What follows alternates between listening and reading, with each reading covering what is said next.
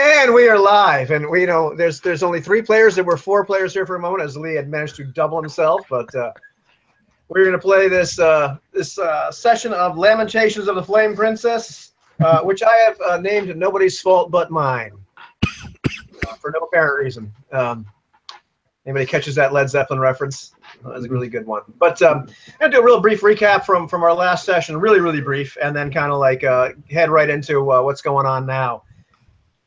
So pretty much, we left our intrepid adventurers, and the doctor was quite ill from some kind of malady. Nobody really was sure what it was. He was getting weaker and weaker. And meantime, people seemed to be being murdered all around them, like every night, for some unspeakable reason. They started seeing glimpses of this little girl, Adeline, from the village they had left before. And they followed a trail of clues and thought perhaps they might need to go back to this old village, which wasn't supposed to be there. And they returned to Leavenwald, and sure enough, the place looked like it had been abandoned or destroyed. In fact, they had heard some stories that it had been destroyed it's like 50 years ago. And they went to the village. Jurgen decided to take down some crosses and circle the village. And the next day, the doctor was cured and felt great. Although we had some very touching scenes where the doctor thought he was going to die, and nobody wanted to feed him because he was going to die, and we don't need to waste food. And they you'll have to watch the session because it's pretty entertaining, but they do find some pretty disturbing things in the town itself. They decide they're going to freeze to death and starve. They flip a coin, I guess, and they decide to go back towards Edinburgh, where they'd actually stolen a hearse and a couple of horses, in order to make their getaway, being destitute. And they return to find the entire town of Edinburgh seemingly destroyed. And this is kind of where we leave them right now, as their horses, who they left to freeze to death out there, return to them. Although they have found a few other horses, but they are pretty much in the middle of this town, which they had been in only a couple days ago, which seems to have been entirely leveled and devoid of all life.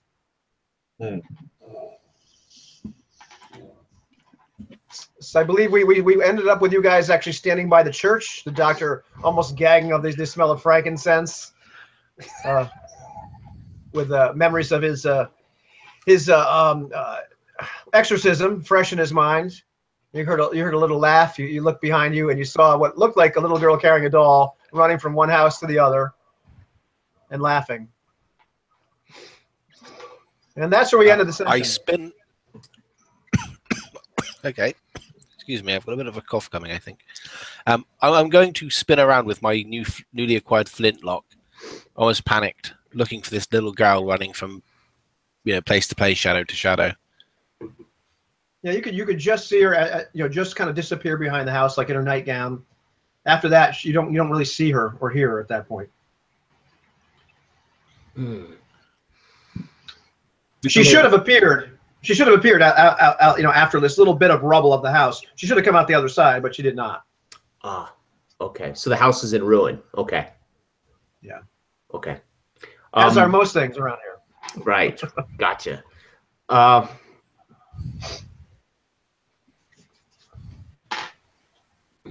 I'm going to head. I'm going to take out my shield and my hand axe, and I'm going to head where she went, around that corner, see if she's hidden in the rubble there.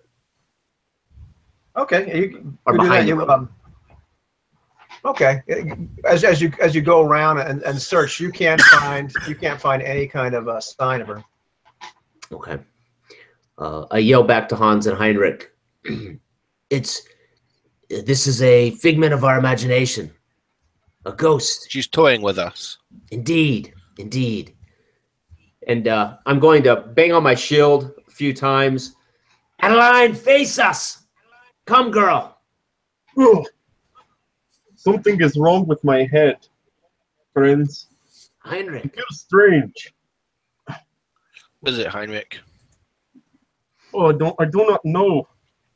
I do not feel quite myself. The little girl, the voices. Oh. Voices. And all of a sudden, Heinrich's eyes open up wide, and he speaks much more plainly than he has ever spoken to you gentlemen before. And he says, "Good God, it's just like when I was a boy. The same evil is here." And he grips his saber and he looks around, and you, even though this is Heinrich in body, you have never met this man before. Okay. So he speaks with a different tone, even? Slightly. Very Does his slightly. does your physical demeanor change? Yes, he's not quite as slouched and slovenly as he was. He's standing up straight, and his chest is out, and he looks very alert out of his eyes, much more so than you've ever seen before. Okay. Okay. Heinrich, is that you? Yes, yes, good doctor, it is me. I am Heinrich Bach, son of the great baker, and there is a great evil in this town. I approach Heinrich within distance where I could touch him. Tell us of this evil, Heinrich. What evil do you speak of? I saw this evil once before, 30 years ago, before the witch hunter came. My parents had a friend. He liked to travel to dark corners of the world. He went to a scary place in Africa, deep within the jungle, and came back with a totem or fetish of some sort. Oh, my father loved to collect such things. The priest warned him against it, said, "No, no, my son, this is evil. This will consume you and bring darkness into your life." But my father, he did not listen. He set it on the mantelpiece. Every night, I felt a disquiet growing in my family home. I could hear a sound in my head like the buzzing of flies, getting louder and louder, but father would never heed me. Then my mother and father, they began to change somewhat. Not physically so much as mentally. I would catch them out on moonlit nights, muttering in strange tongues into the air. And I became afraid for them. I became afraid for their souls and for mine, because I was always raised to be a good Christian boy, as I'm sure you gentlemen were, despite some of the things I have heard. And, well, I had to tell the priest about it. And unfortunately, the priest was not so tolerant, and he called some of his friends into town. These people had experience with such things before, such dark energies as we are seeing around us now. One of these men wore a hat with a belt around it. This was a Puritan outfit, I believe. He was a Protestant. And he interrogated my parents. I can only imagine what this entailed, because I was tied up in the basement at the time.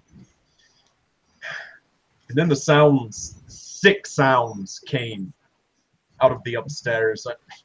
Animalistic growls, almost, it seemed to me.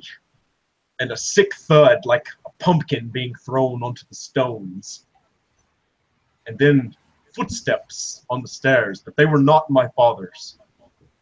And he stood before me, his eye twitching, a bloody axe in his hand, and said, "The apple does not fall far from the tree, boy." And that was the last thing I remembered. And this is the first time I remembered that for a long time. When I awoke, I was in the well. They were next to me, what was left of them. The idol had been chopped into pieces and thrown there as well. There were strange claw marks, as if some evil presence had escaped either my parents or the idol. I saw those claw marks again in the well, and I fear that we are heading into very, very dangerous territory here, friends. Very, very dangerous territory indeed. Who was this Puritan? Perhaps I can recall his name. We were told recently. Kinsley. Anson Kinsley. See, this is why you don't let Protestants hunt witches. Clearly they were hunting the wrong. No, not good. Not good. No, foul it up. Protestants foul it up every time hunting witches. Okay. How are you, Heinrich? You're blind. You're your tone. It's as if something's been lifted from you. What? I've been this the whole time. What are you talking about, friend? No. I may be drunk on occasion, but you were clearly addled. There was clearly something going on, some great trauma. This axe blow or similar. This is Herr Doctor. No. As I told you Don't in make the me doubt myself, Heinrich. Not now. Herr Doctor, it is the dark spirits that you converse with that make you think that I was invalid. Heinrich, Hans tells the truth. He speaks the truth. Yeah, You were but a You're child. evil. But I'm not sure. But I still like you. You're my friend. We'll talk about that later. All right, it is getting good. We're having a little time check here. You did arrive. It is the 23rd, I believe, when you actually came up here. Tuesday, the 23rd, just a couple days before Christmas. So you did set off in the morning, the 23rd. So it is now getting a little bit late. It's going to be dark, kind of soon. I can see the black magic right now. I can see that. There it is again. There. But it's gonna be that's fantastic. It's good mood. But yeah, it's starting to get dark. It's starting to get dark. It's it's like late afternoon. You guys actually made some pretty good time up here. Do we hear anything? Do I hear anything unusual in the distance? Do we hear sounds of destruction, mayhem, screaming, anything? You don't hear mayhem or screaming. However, let's see what happens. Something actually does happen. You start to hear like the sounds of somebody moving around. So I'm like probably a good like 20 yards away from the church, not in the direction that you saw the little girl, but about not only like northeast of where you stand.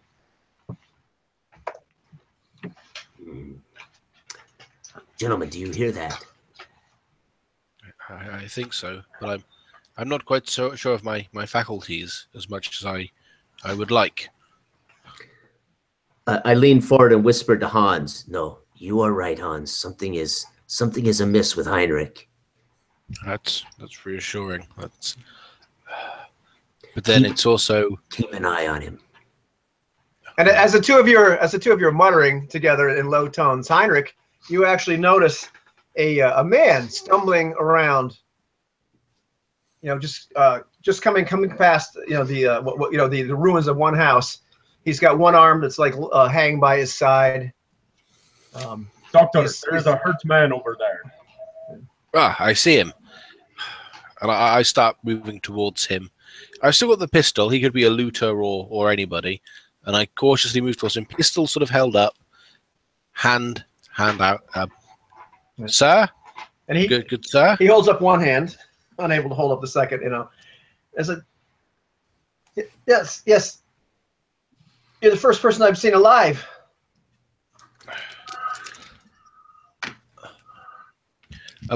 Please, let's find somewhere we can sit you against a wall or something, and I'll see if I can look at that injury.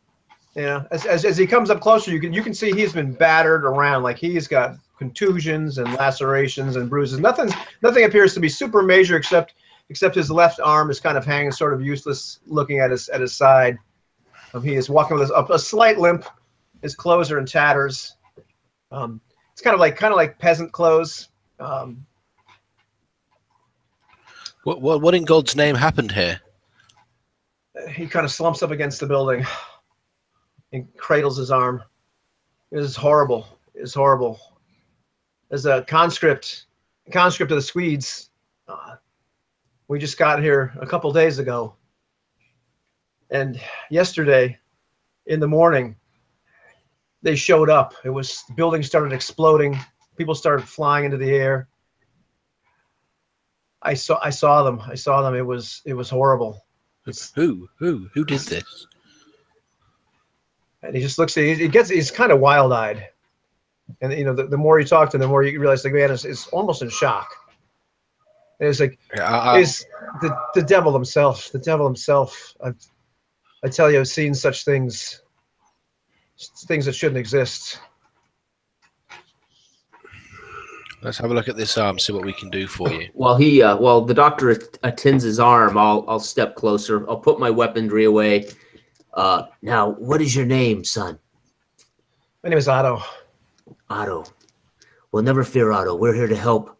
Can you describe this man, these things, this person to us? There were no men. There were no men. Some of them were as big as houses. Some of them, plural.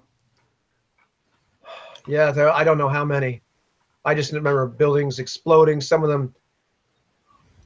Some people just lifted right in the air. I couldn't see how they were lifted in the air, and they just split apart. Wow. How did you survive, Otto? How did you make it out of this? I got pushed by one of them. Some I don't know what it was. Part of their body came out. It was like a snake, and grabbed several of the men around me. I flew in the air. I ended up landing. I think I landed underneath the wagon. I remember coming to for a minute. Maybe it didn't see me anymore, but my arm was. I think it's broken. But well, I'll see about that. My friend, before the doctor tends to you, first, please sit down. You look like you're about to pass out. And secondly, did you hear any animal noises during all this carnage? Any bestial growls? Oh, I heard growls. I heard horrible things. Were they accompanied by the buzzing of flies? There were some, but it was so many noises. There was screams. There was fire. It was horrible. It was horrible. Some of them were like as big as horses. Some of them were as big as houses. Some of them you couldn't see at all. I don't. Where did they Some of go? them just. I looked from under the wagon. I saw many of them fly into the air, and then I saw. And he points west. He says, "I saw the trees explode that way," and I think maybe some of them went west. I don't know, but some of them just flew into the air. The clouds parted. There was a great black disturbance. It was horrible. I think this is the end of the world. This must be the end times. Ah, come. Trust me, you would not be here if it was the end times. Have you seen a little girl about? Little girl? A little girl in a dress with a doll, yay high. And I motion height. And he just kind of looks at you. He's like, I've seen many little girls today as I walked around, all of them dead. Seen too many little girls. No, those aren't the girls I speak of. She is alive, or she appears to be. Do you need food, water, Otto?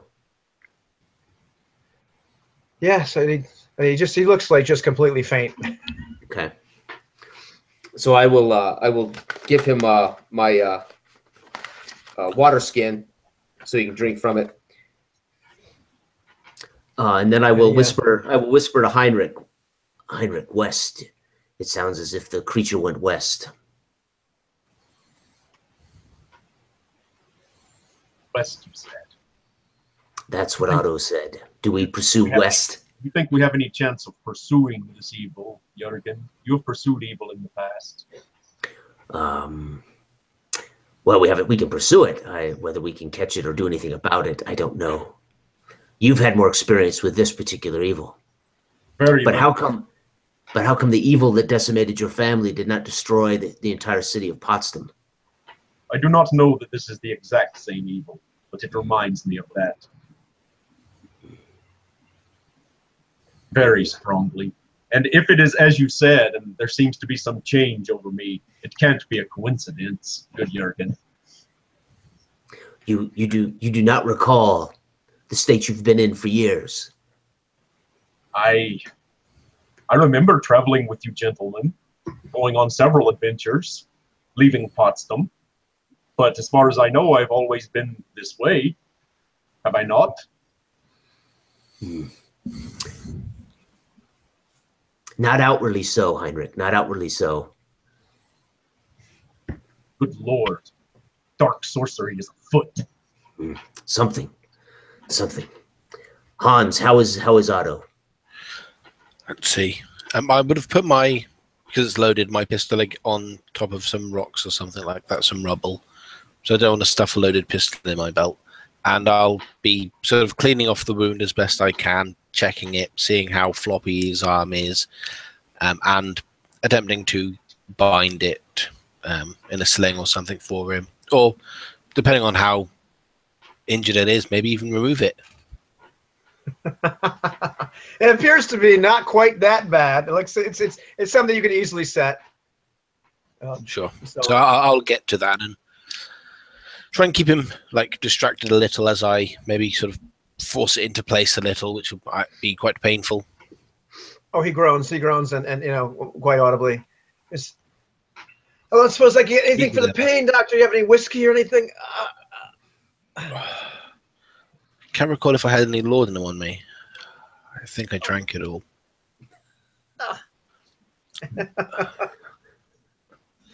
Yeah, But you're a soldier, man. You've seen worse injuries, I'm sure. I fumble around on the ground and pick I'm a up farmer. a piece of They debris. took me from my farm. I fumble around on the ground and get some debris and tell him, bite this between your teeth. Otto, you're going to have to toughen it out. He bites the strap of leather from some cart you gave him, and just go. So on 3, pray almightily to God our heavenly Father. 1, 2, snap. And he does not faint. He does not faint. But that's not quite a mighty shriek. And then I'll bring it into place, and then I'll start sort of binding it to him in a form of a sling to help him support it. Alrighty. At this point, it is starting to get dark. It is cold. I'll pat Otto on the back. There, now you know well how it feels to be part of it. And then I'll take my water skin away from him, seal it up, slide it back in my pack, and I suppose we should look for shelter for the night. Yes. Although I can't think where. And I look to the church. Maybe there is sanctuary in there. Well, the church like doesn't like have a brick standing on top of it, another brick. That building has been flattened beyond all belief. As you go out from there, there are houses that seem to be relatively, intact. Like you're only missing a wall. Okay. Other ones are flattened, but you can look around. You can find some place to perhaps to hold up. Okay. Perhaps a below ground structure, my good friends, like a root cellar. I have quite a bit of experience with those. Or an undercroft. Yes, perhaps. I hope that Otto can forgive us. Otto, do you have somewhere to go, or are you coming with us? It's like, you're not going to leave me, are you? No, not if you don't have anywhere to go. Gentlemen, I propose we take Otto with us. We will need friendship in these dark times. Is he equipped with any kind of weapons or anything? At this point, no. He's nothing on him. His clothes are in tatters. He just looks like he's had the crap beat out of him. He's got like a scabbard for what probably was a dagger. Okay. Good. Otto, what were you before you were conscripted? I was a farmer. Farmer. Can you cook? I can cook, yeah. I can cook turnips. I can cook. Can you handle horses? Yeah, I know how to handle horses. Good. Are you right-handed or left-handed? I'm right-handed. And his left arm was the one damaged? That's correct. Right? Good. So then you can carry a torch. Otto, you are employed. Let's off to the nearest shelter. Am I being conscripted again? No. It seems that way. No, you are free to go, Otto, if you'd like. This is hardly a war, Otto. But you will have to contribute to our party. Okay. Otto, have you seen any food about? Maybe a market stall or something like that? We're going to need to get some provisions if we're going to survive here. Yeah, there's stuff scattered everywhere around here. Oh, we'll have to gather some of that as we go, maybe. Okay. Yeah, So just so, as you look around, as you've seen before, pretty much, anything you could think of is scattered around. And just imagine a town like where just things are just blown up. Right. You can find. You're passing money. You're passing, probably any item on the equipment list you could possibly imagine. A lot of them are not intact, but as you walk, given enough time, you can find just about anything. I think food and firewood would be Yes. priorities. Yes, and my goal would be to collect at least 3 horses with saddles at some point. Okie dokie.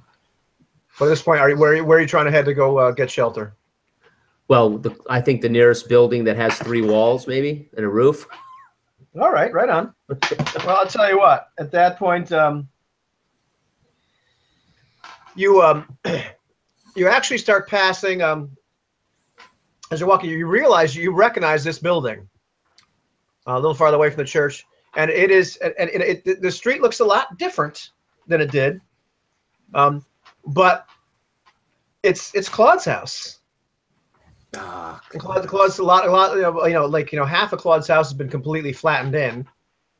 Okay. But as you're walking closer there, you can smell smoke, and then as you look, you can kind of see like what looks to be like a fire. Not like the house is on fire, but as you're turning it, you realize you can see like kind of into the house, and there's a hearth, and there's actually a fire in the hearth. Heinrich, do you remember that? Do you remember coming to this house? What is this place? We were incognito while the good doctor was under the weather. Should we investigate? Well, if Claude is alive, he would be our only living contact in this city. So I suppose it is a start, my friend. Then let's do so. So I will pull my hand axe free. I'll keep my shield on my pack, but I'll keep my hand axe kind of tucked, to my side as I make my way through the rubble and to the hearth. And as and the rest of your following, I follow cautiously, saber out, kind of keeping watch behind us because I don't trust that the little girl is gone. I'll stay with Otto sort of in the back then and follow. He's probably fine to walk on his own, but I'll keep an eye on him, and if he's holding a torch, then I'll stay where the light is. Right. Okay. As you guys are able to kind of like step over some of the rubble of the various houses and what have you, you're able to go in through like what you realize was kind of the parlor, the receiving room that you were in, which is about half intact at this point. You see some of the like curios and whatnot still in there. And as you walk in, you see there are a couple obviously bodies covered over by drapes and by sheets, and there's a lone man sitting in front of the fire. He's got a drinking right out of a bottle of wine. Okay.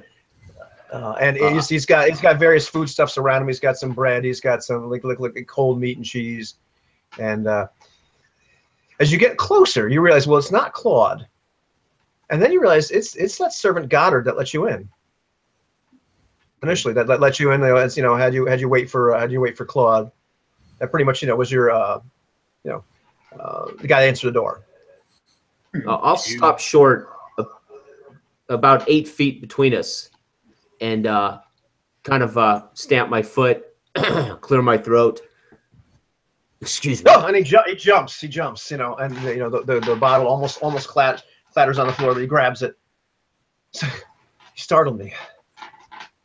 What has happened here? Oh, it was horrible. The whole village was destroyed by some kind of, I don't know what it was. I remember the house caving in, people screaming.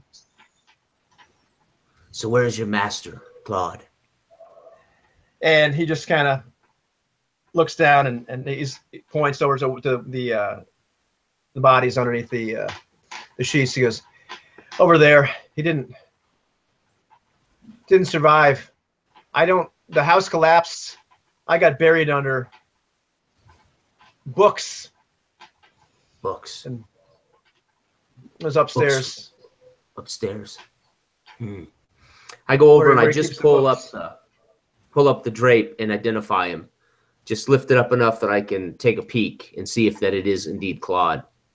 It is Claude. He looks like he's died of, like some kind of blunt trauma. It looks, part of his skull is like crushed in, but not an axe wound type crushed in, but just looks like it really got slammed against the board or something. Crushed Pretty or something, hard. right? So Who was this I'll man? Claude was the gentleman that sold your book to the bookseller, the book that you purchased, that you were reading the night you fell ill. I see. We pursued that information to Claude and discussed. That's how we first found out about the village. Shame. I would have liked to have The spoken village to that him. no longer exists. Right. Yes, but you were incapacitated, Hans. Wait, I can talk to him. And I look nervously to the servant. Perhaps not now, though. Goddard, come with me. Help me fetch horses. I'm going to try to lure Goddard out to find horses in the area. And Otto, come with me as well. Try to give Hans, the doctor, some space to work. Let's see how that goes for you, because it is dark. It is cold. So I'm not going out tonight. I don't one of those. I'm not going out tonight. We go in the morning and find horses. I'm sure. By then maybe people from Berlin will be here. Maybe we can have somebody. We can be rescued, but you can come and sit. You can eat. There's plenty of food. If we're How did to you have, survive? if we're to have hospitality here, which I thank you for, would it be permitted that we move the bodies outside?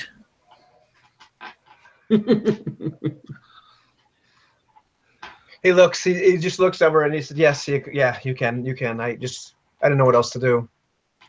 Jürgen, sorry, Yeah, Heinrich, could you give me a hand? I proceed to take him. We know that the doctor suffers from the dead, so I'm going to usher these at least Claude's body out. I don't want it to go too far though. I want to put it where if something tried to get it, or we don't want to lose this body, so I don't want to take it so far that wildlife or something else could happen with it. Gotcha. But I want to remove it far enough that the doctor's more comfortable. I will keep this hospitable man company while you do that. I would like to talk to him about baked goods. Perhaps I can whip you up something good. Yes. Well, you notice that he has a bunch of those scones that he gave you before around him. Interesting. No, that's okay. You didn't talk much the last time you were here. Oh, I must have been sick that day, my friend. I love to talk. I think I get it from my mother and my father. They were always entertaining guests for hours at a time. I will tell you about the old days, friend. I will tell you all about good pastries. Pastries. Oh. And what do you think's going to happen to us? Do you think they're going to come back? Those gentlemen? Well, I certainly hope they come back because I'm their traveling companion. It would be rather... No, whatever destroyed this town. I looked around for a minute. Everything's gone. You seem to be making yourself quite comfortable after all this carnage and destruction, friend. What else can I do? There's food. There's all the books I could ever want to read. There's wine. These books that your friend Claude dealt with. Has it not occurred to you that they may have brought ruin down upon this town, my friend? That is what your friend was talking about the other day, wasn't it? I remember Claudette telling me about that afterwards. Well, is not the evidence manifest before us now? The consequences of dealing with such dark powers and secrets. Dark powers? Are you daft, man? There's libraries all over the globe. Towns don't just get destroyed. I don't know what happened here, but not yet. I don't believe it's because of books. They could have been because of the freaking pastry guy down the street making strudel. Maybe they got the town got destroyed because of that. I will starts to laugh a little bit of a maniacal never laugh. cause such destruction, sir. I must educate you in the niceties of strudel and all baked goods. I will show you the recipes that I have kept from my father. They are in here somewhere, I think. Oh, and he slumps back down. He takes another swig of the bottle of wine. He goes, "There's plenty. If you want to go get yourself another one." Oh, the pastries, you mean? I think there's pastries. I would rather There's have wine in this house. Oh, yes, there's plenty of wine and ale. I don't.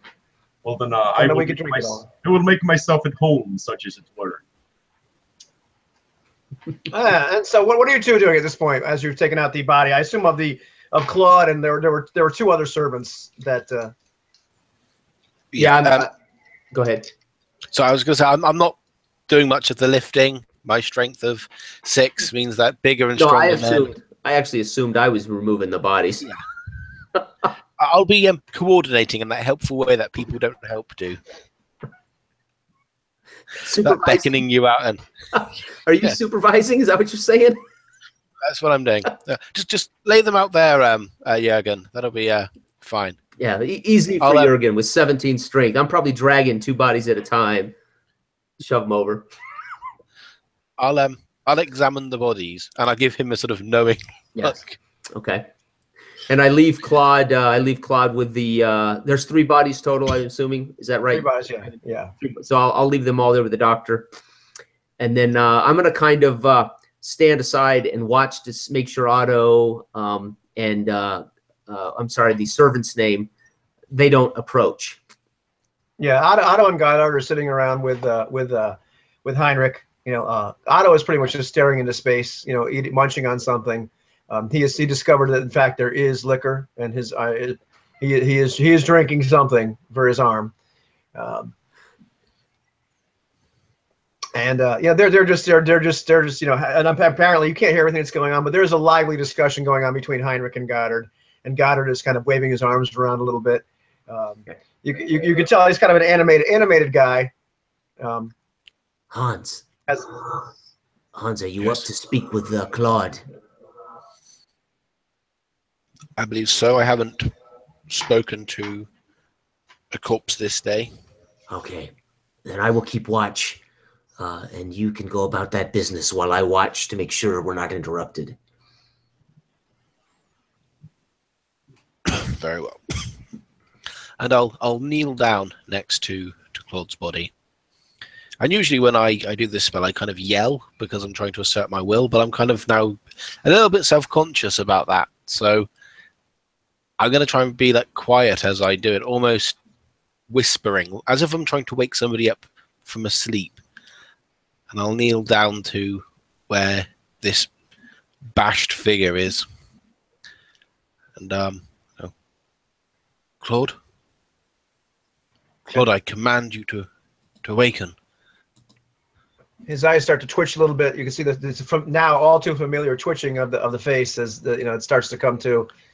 And his eyes kind of both open. He's just, good heavens! What happened here? I don't know. The house just started to cave in. I saw outside something big. Something looked like an octopus or a dragon or a house, or it could have been an elephant. I don't know, but it was some monstrous thing. And the house caved in, and something hit my head, and then it went to the dark place, and there's so much pain there. Yes. What do you know about magic, Claude? I know that people believe that magic exists. I know that from the many men that I've trafficked with for books that there are rumors of cults.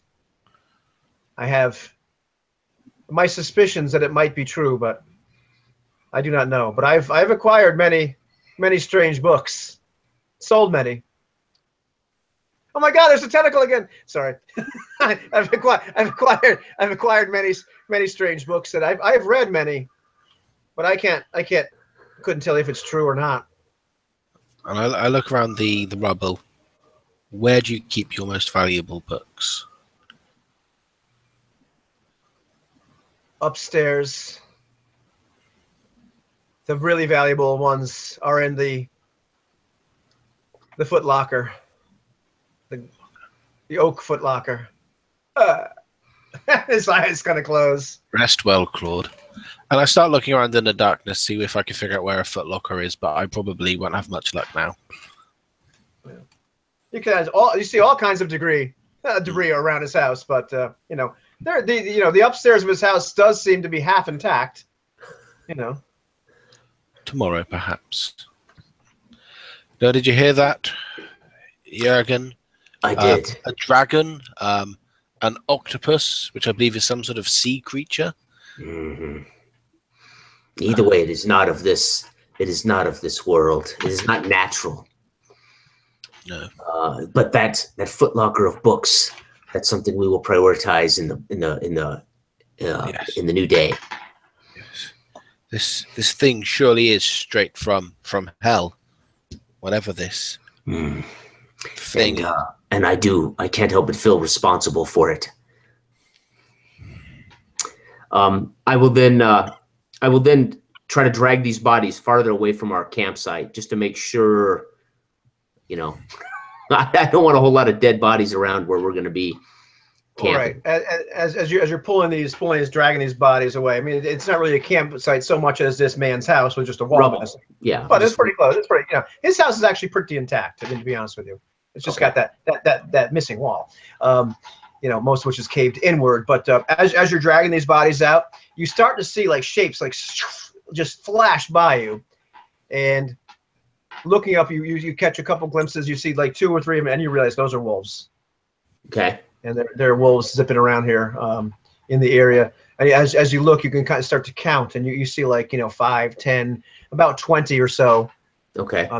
You realize as your eyes adjust to the complete absence of light as you're far away from the fire, that they're starting to become interested in the bodies that are strewn around here. So they're enjoying the bounty. So I will leave those bodies and slowly back toward the house and my colleagues back toward the fire. And you notice at least a few wolves kind of give you stares and stop. But then they kind of they regard you for a while, and they kind of turn back and go back with their companions, and are obviously rending some bodies down the street. Okay. Under my breath, less resistance. Under my breath, eat well, and move toward the fire.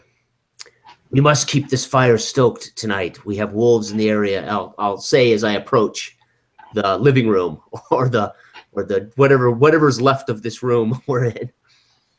It's very nice. Very nice room. It's got this little staircase going up on one side, the hearth, and it's just missing a wall. Well, actually, that room's not missing a wall. The room adjacent to it, the parlor, is kind of missing a wall. So I'll of course follow in. And I'm going to eat well what's available and make sure I'm full before there's no shortage of food here. I mean, and apparently Claude had quite the well-stocked larder. So, perfect. I'll remember my hunger and just sort of fall upon the food. Right. And that, Goddard, is the difference between a fried pie and a fritter. Just in case you ever wondered. Don't let anyone tell you they are the same. That makes me so irritated. More wine. That is fascinating. And actually, at this point, Goddard seems to have gotten into this conversation. That is fascinating. And, he has the air of a man that just really wishes to forget the fact that his entire world has fallen apart, and is grabbing onto this conversation for dear life. I would show you how to make a meat pie if there were any meat available anywhere around. But unfortunately, I'm sure there's meat around. Well, only a very depraved person would. Never mind. We'll not discuss that, but perhaps another day. Perhaps another day. Hans, I'm afraid we're gonna want our friend Heinrich back. I don't know. He's talking about pastries. That sounds like he's back. Yeah, no, I mean we're gonna want the quiet Heinrich back. I have a feeling. I see. I see. I like the friend who did not talk much. Well, No. a concussive force was what put him into that state. I'm not suggesting anything in particular. All He right. seems more sure of himself.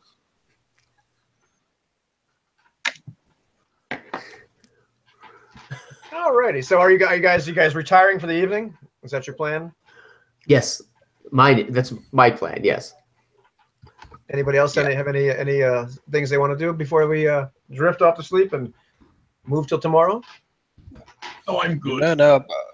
Huddle up. Keep a loaded pistol by me. Stare nervously out into the shadows. Try and sleep. All righty. So sleep eventually takes you all. Let's see what happens here. Okay, that's fine. So you guys rest relatively well. You know, the fire is warm. A couple times, you know, one of you like wakes up and like throw some more wood on it. You know, there's both actual proper firewood and several splintered pieces of furniture around. I'm going to prepare a slightly different spell today. All right. I'm going to prepare Speak with Dead and Transmute Rock to Mud. All righty. That's my 2 spells. Fantastic. All righty. So and in the morning you wake up. Appears to be a fine day. There are a lot of birds around. At this point, you can begin. It's cold. It's cold, so you really don't have that much of the smell of the dead yet. You know, more of the smell of blood and dung and everything else associated with rent bodies. But you're just starting at a slight. It's cold, so it's kind of that smell of just like cold blood. But you realize that at this point the ravens and their kin have found the fact that this is quite the feasting ground. So it's a little grisly, as you look out. There are definitely the birds feasting on the people. Are they big, fat, juicy, edible ravens? Well, I suppose if they could be. They're big. Well, I got my sling with me. I'm going to show old Goddard how to make a meat pie. Let's find a nice, juicy specimen, friends. Do I see a nice, juicy specimen? Oh, yeah. Yeah, go ahead. You want to... Oh, roll the hit. I got to see this. All right. That is a 5, sir. Okay. Yeah. So you thunk the head of the corpse that they're feeding on, and the birds which are feeding elsewhere. I am out of fly practice. up in the air. I am out of practice. We will be eating a nothing pie this morning. Well, if it's all the same with you, I'd rather not eat carrion that's feasted upon. Mm-hmm. That. Fine. It doesn't bode well for the humours. And I'm sure there's meat in the larder, Heinrich, to make your meat pie. Goddard, whereabout is this footlocker you spoke of last night? Excuse me, whereabout is the footlocker of your master Claude? How do you know he has a footlocker? Oh, we do. We have been in communication with Claude many months. We need that footlocker. It's upstairs. Up these stairs? Yeah, it's up the stairs. Who are you? We were book traffickers to your friend Claude, or to your master Claude. Never fear. Heinrich or Hans, you want to go up to the upstairs? Yes, I'll see if there's any knowledge that can help us in this situation. Okay. So I guess we'll head upstairs looking for this footlocker. Yep. Okie dokie. As you go up the stairs, you start, it kind of curves around. You can see a lot of the it's very nice. Like upstairs, obviously most of it was just entirely residential. You know, his bedrooms, his private studies, that sort of thing. A lot of debris pushed around. As you kind of turn a corner, you can start to see there are books strewn out all over the place. Hans, as he's looking, as you see the books, you can see several titles which are really kind of interesting. I mean, there's a vast array of books, but every once in a while, you see something that looks pretty intriguing. That something would have caught your eye in a bookshop. I sort of almost run to them and start like just picking one up, leafing through it, and then seeing another more interesting one, and sort of picking that one up instead, and start kind of trying to figure out what I'm going to do with all of these books. You actually, I mean, there has to be, at least 100 or so books of all various kinds here, but of which like there are 23, which like you would probably have bought if you'd seen them. I've never seen so many books in one place. Well, now's your chance to get them, and for very little. But there's so many of them, and I start sort of stacking them up awkwardly.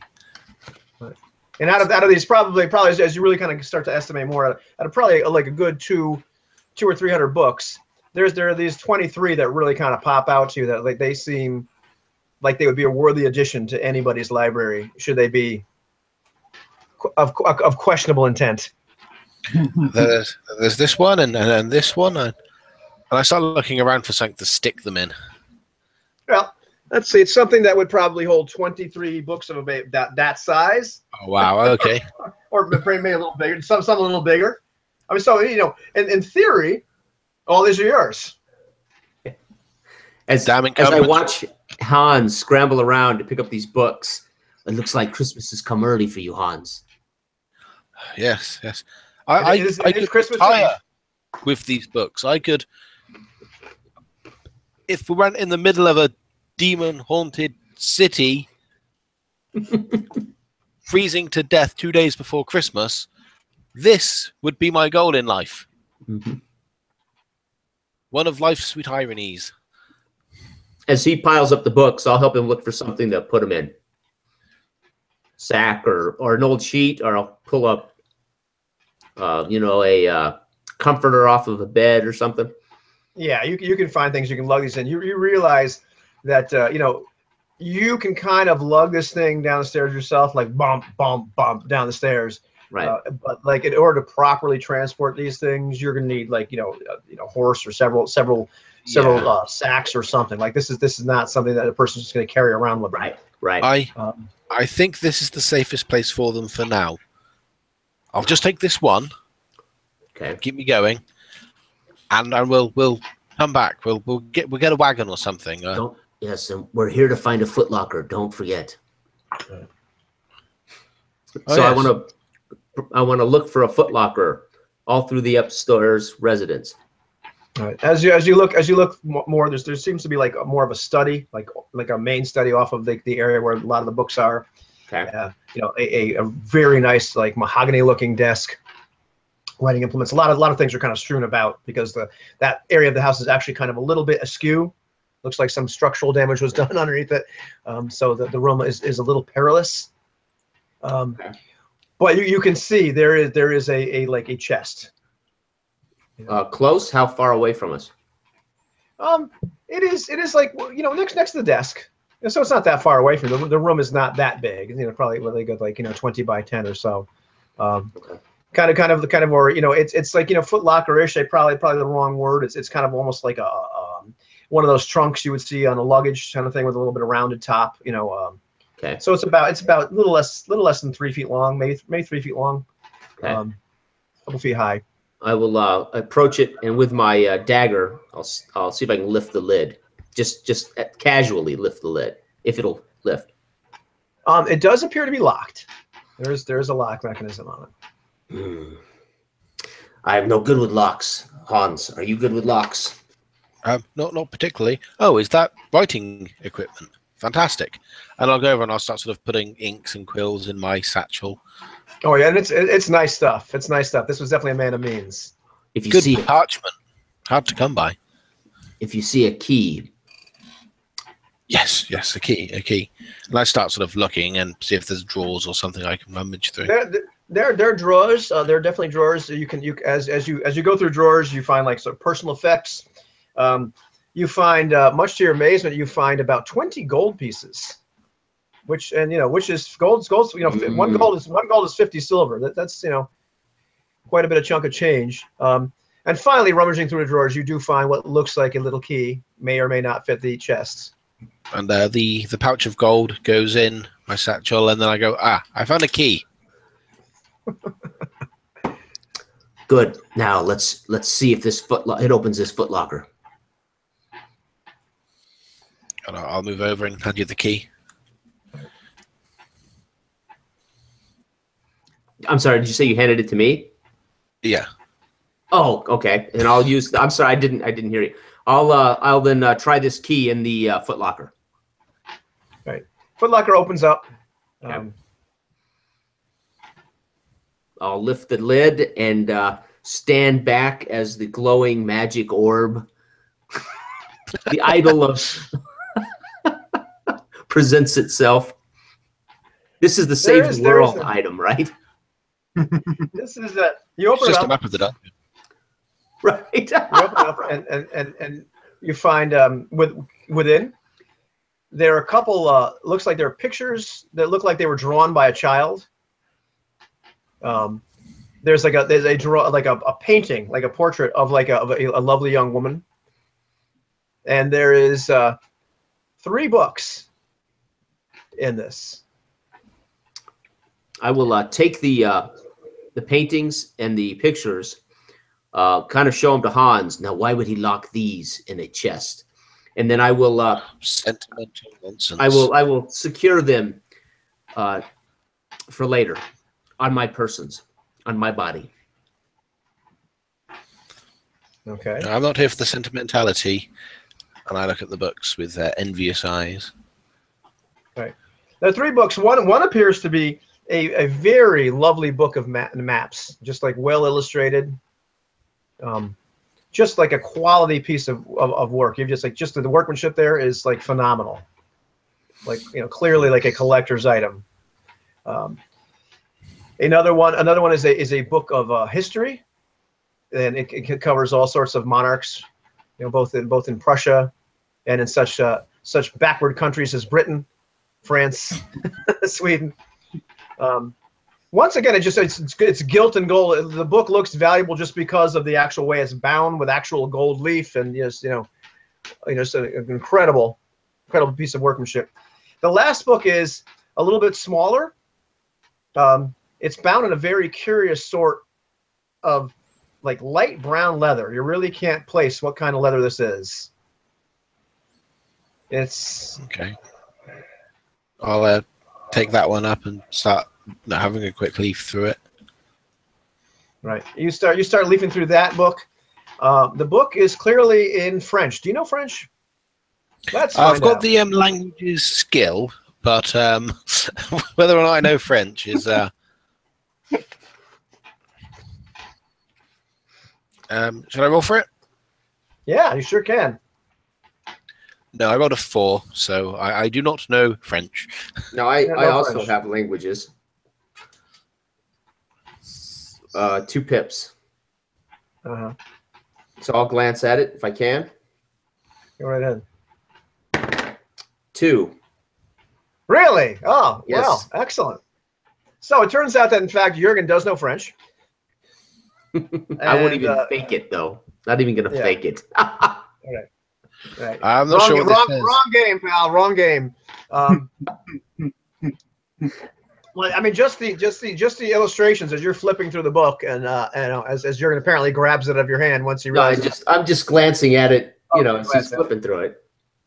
You see all various, like while it's in French, you see various symbols that look rather arcane and familiar to you, but just the language itself, you're not quite sure what it is. Jürgen, you can't really make heads or tail. It just sounds like nonsense. It sounds like some kind of almost like incantation, or though then they name like various like entities at some point in one of these things. It talks in one of these you look through one page and it's talking about moving from house to house without walking. Okay, I'm going to doctor. May I see the book? Sure, sure. And I'm Hans. How do you feel about this sort of looting and pillaging? At this point, I have very little problems with it. I'm concerned about the evil that we may have unleashed upon the world. I found 20 gold pieces as well in that drawer. That'll buy you much laudanum. Hold tight to those gold pieces. We may need them. Yeah. As I flip through it, I explained to Hans I can read it, but I have no clue what I'm reading. Is that what you're telling me, Ivan? Yeah, you're reading. I mean, some of the things are just they don't seem to to make a heck of a lot of sense. There are some things about like how standing in certain areas, and as you start to read it, you realize this is guy's notes, or part of it is the guy's notes. Okay, I'm going to explain this to Hans as I flip through it. These are notes. There's some things that appear to be notes, but then there are some pages that seem to be very, very formalized, like almost like this. It's like a recipe, like do this, this, this, and this. Okay. So I'm going to read. I will read it almost like a recipe to Hans. Again, I'm not certain what I'm reading, but I will tell him, and then I will read a line or two from one of the examples. This sounds fascinating. At some point, we're going to have a good conversation about this. You're a rather astute translator. How's your penmanship? Penmanship, well, it's the Sisters of Zod made me learn to read and write, multiple, and I have an aptitude for languages, but I have not practiced writing in a long time, but I could transcribe what I see here. Oh, that would. It's something to think about on another day when we're not surrounded by so much death and destruction. Okay, good. But this looks like it might be important. And as I shut it, I want to rub my fingers and hands over this leather that you said was kind of. Can I make out whether this is whether this is animal leather or maybe of human skin or some kind of? Roll me an intelligence. Roll me under your intelligence. Let's do a classic. My intelligence is an 11. Die 23. It is human skin. Yeah. So I kind of and I explained to Hans, I have seen much in my days, and we have burned much. This book is bound in human skin, Herr Hans. I see. An archaic practice. Yes, this would be burned if I was not in this condition that I am now. I would destroy this and quickly, but we may well need something like this. And I'm going to hand you the book, Hans. Yes. And I'll kind of take it, because it was a smaller book, I'll put that in my satchel, but because it's a little bit smaller than the others. Yes, maybe there is something that will aid us in this dark time. It had better. There had better be reason things like this exist, not just to conjure such evil that's destroyed this town, but to end such evil that has destroyed this town. If we may have to use the evil to destroy the evil. Magic is like fire. When it's not treated with respect, it can go wild and burn many things, but it can also be useful, a tool. Yes, but see, what you speak of now, Hans, is the nature of man. It's not the magic, it's what the man does with the magic. Yes. That is why we have to burn witches, because they do the ill with such powers. But again, as long as we work on the same side to end this evil, we'll be fine. Yes. And I'll return my attention back to the footlocker. You said there's one more book? Right. There was just three. There was the book Book of Maps. There's a book that seems to be like really well bound, like like valuable in itself, of the history of monarchies, in Europe, and then this last book. Other than that, there seemed to be like those pictures, at least seemed like a child drew them, and a portrait, like professionally done portrait, painted portrait of a young lady. Okay, and those I've stuffed into my bosom. Okay, that's it. that was all. Okay. That was all. That was all that was in that locker. You know. Oh, okay. Okay. These books look valuable, but more as collector's pieces. Maybe if we were more blessed with time and resources, they'd be useful to take with us. But such as it is, a book of maps may well be important, don't you think? maybe. Then, by all means, maybe Okay, it will show you where the witches are. I will jam this book of maps into my pack. Take off my pack, jam it in, cinch it up. You never know when you need a good map. So you take a priceless book of maps, and that's cool. You know, stuff in your satchel. Excuse me for 1 minute. I come right back, but then can plan your next move as it is. As it is, you know, it is now like just, you know, at this point you can smell cooking from downstairs. It appears that Goddard has brought out some sausages and some eggs and what have you that they had there, and you know, has decided to show up Heinrich, and you know, you can show him some cool cooking. Maybe Heinrich will reciprocate. I'll be right back. Okay. I hope they're not doing anything evil upstairs. And poor Otto. They mean well, but sometimes they do evil things for some reason. If it's evil to loot a dead man's house, then I guess we're evil. No, I was mostly talking about the spells and things like that. You know, evil. Well, I guess we could leave a gold piece as payment for everything we've taken. We stole an occupied hearth last session. Oh yeah, no, you're not responsible. I stole that hearse. You're not responsible for those things. We never got to use my idea of launching the coffin at the pursuers. That would have been awesome. That would have been perfect. Just cutting the ropes and just letting the dead man in the coffin fly as a missile, like knocking someone off their horse. People talk online, don't they? People talk online about this idea of running like an evil campaign, just trying to survive. You don't need an evil campaign. You need a game where you're poor and need to survive winter. There is nothing you won't do. Want to run an evil campaign? Most players will make it that way. Especially if, playing this kind of campaign. No, you don't have to make an evil campaign. It will be made evil. The nature of the player, huh? Yeah, the nature of man. Oh. Well, you know, when the idea of survivability is in play, suddenly your morality changes. Yeah, they're more like we call guidelines than rules. So. Right. That's right. All righty. Breakfast time, gentlemen? Can you technically loot a dead man? I don't think you can. No, not first time. I think I loot about it. Yeah. Out of curiosity, friends, were there any cookbooks or religious books upstairs? No. No. Oh. Define religion. Well, I was just looking for books, you know, that a good Catholic boy might be able to read without a guilty conscience. And I'll be honest with you, Heinrich. I wasn't really looking for those books. They may very well have been cookbooks. I may go rifle through what you left behind after breakfast.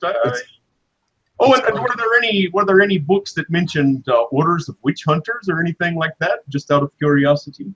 Not that we saw. The only book you need as a good Catholic is the Bible. Is that not true? So, Heinrich? Oh, of course, of course. It's just that there's bound to be a Bible around here. Well, I would like to have a Bible again. It has been some time. For some reason, I didn't read much there for about 30 years. But now I have a desire to look at these books. So, well, I'm sure there'll be more than enough interesting books for you to root through with some interesting recipes. We found at least one book in French. Maybe there's some French pastry recipes up there. Oh, that will be really good when I establish my business in Berlin. Well, later, once we conclude our business. If there is a Berlin, Heinrich. I will produce the portrait, Ivan, and the other sketch from the little girl's hands from my belongings, and I will ask Goddard if he knows who they are or who they belong to, what they're about. What's the story with this portrait and these drawings from a little girl. What is the story here, Goddard? Do you know of these? Oh, he looks through them. Oh, that was his daughter, his oldest daughter, Hannah. And where is she now? Oh, she's died, but he was very, very fond of her. She died when? Oh, she died probably 15 years ago now. Anna, where? Here? In town, yeah.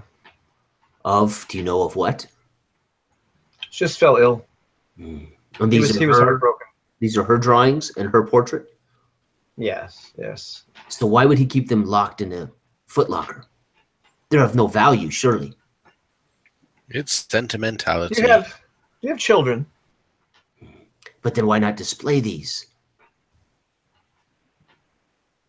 I don't know. You could have to ask him yourself if you could. But he can no longer speak. All right. I will set them on the mantle where they should have been all along. Okie dokie. It looks rather merry. You know, most of the Christmas decorations have fallen off.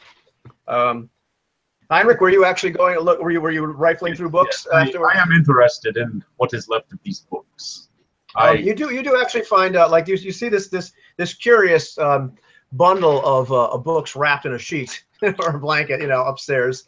Or actually, no, I'm sorry, Jurgen actually brought those down. But like so you see that already. You go upstairs, you find a couple things that look like some fairly decent cookbooks. You know, nice cookbooks. And you do find one Bible. It's actually a really nice big Bible, and some guy named Gutenberg actually made it. It looks really nice. It's kind of a big sucker, but that's one heck of a Bible. That's something. That's a mantelpiece Bible right there, a coffee table Bible. You know, so that's something. That one is that's not something Catholic boy. That was definitely an encumbering item. Yeah, it's a nice one though. You have to say you haven't seen a Bible quite like that ever before. I would like to find cookbook to pursue my father's dream. Okay. And covertly, in case you didn't figure it out, Heinrich is trying to find information about Kinsley now that he remembers him more thoroughly. So he would in particular be looking for books that contain information about his order or witch hunts in the area over the last few decades. Let's see. Oh, okay. So, in fact, in looking around, you do find one book after rifling around for probably about an hour. Good God, it's there again. You do find one book is rifle. I hope people can see this frickin' little box right there. What's going on? But you see at least one book, which seems to talk about various witch hunts that have gone on in the area, over the past like 100 years. And mentions various orders of witch hunters, Protestants and Catholics. Has a curious footnote to some order of Zod or the cult of Zod. Another one to the order of Uriel. It devotes a few pages to the order of Uriel itself. Zod will cleanse the earth of the innocent. All right. I am very interested in this book. I tell you that. But yeah, it goes through, and you see the various merry pictures of people being burned, of bodies being hung off trees, of angels surrounding, as somebody's being, burned on a stake, various angels surrounding it, and it's very, peaceful with their, praying and their wings spread, and the heavenly rays descending upon them, I think I found what I was after. Oh, I'd better take a cookbook though, just so are there any books on pastries? No. Well, you find a couple books on pastry, and so leaving the large Gutenberg Bible behind, because surely there are hundreds more of them. Yeah, it's a commonplace item. You return downstairs. Around that time, you all hear screaming. You realize it's a woman's voice. Okay. From inside the residence or outside? Yeah, from outside the residence. Okay. I'll fumble for the pistol. All right. I will pat Otto on the shoulder and nod and say, "Come, Otto, let's go. Let's investigate." Yeah, Otto gets up. Otto is looking much, much better than he did. I mean, outside of his arm in the sling, he looks to be quite a capable young fellow. Okay. And his ears are pricked up from hearing that as well. He grabs just a fireplace poker in his hand. He's looking around for anything that might be a weapon. And then I'll head toward the sounds of the scream with Otto and the doctor, I guess. And are you following? Yeah, I will follow, just at a slight distance. Okay. I heard the scream too, right? Yeah. Oh, yeah. You heard it. Oh, I'll be pulling up the rear then because I'm very interested in that. Okay. And so you see a young woman. She's running. She appears to be probably early 20s. Rather pretty. And she's running from what looks like 3 men. And they appear to be gaining on her. 3 kind of rough-looking guys. They look like they're definitely ruffians, vagabonds, that sort of thing. Okay. Is she coming toward us? Or yeah, she's running right towards you. Okay. I will continue toward her, waving her. I will, Otto, help the young girl. That's it. At this time, as then she really starts screaming when she sees you. She is still, several tens of yards away, and these men are kind of gaining on her. She is it appears like once she sees you, she screams help, but she's kind of tripping and faltering, and one of the men actually catch her by the shoulder, and grab her. How far are they? They're about at this point they're about 20 yards away from you. 60 feet. Okay, I will yell out to them. Hell, what goes there? What are you doing with that girl? Mind your own business. You get your own. And I'm still trotting. I will then break into a full speed right at him. Trying to cross this 60 feet as fast as possible. I'll pick up some speed as well. Mm-hmm. And as you do that, you hear one of the guys says, "You gotta be kidding!" The guy pulls out like a club. Okay. Come and have it, mate, if you want it. Okay. Yeah. So as I sprint, I'm gonna roll my shield off onto my arm and draw my axe. All right. And give him the loudest battle cry I can, trying to spook the snot out of this guy. All right. Let's see. They do not flinch at this moment. They all just the one guy that grabbed the girl pushes her to the ground. Okay. Pulls out a wicked-looking knife. And the three look about ready for battle. One guy actually has an axe in his hand. One guy has a club. The other guy has a knife. Okay. And these are just some look like rough bandit type. Okay. They look like they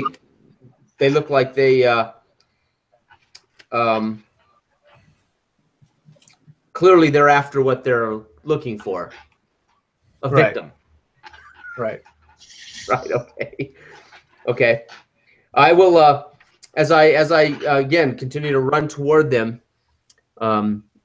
make it clear that I'm aggressive.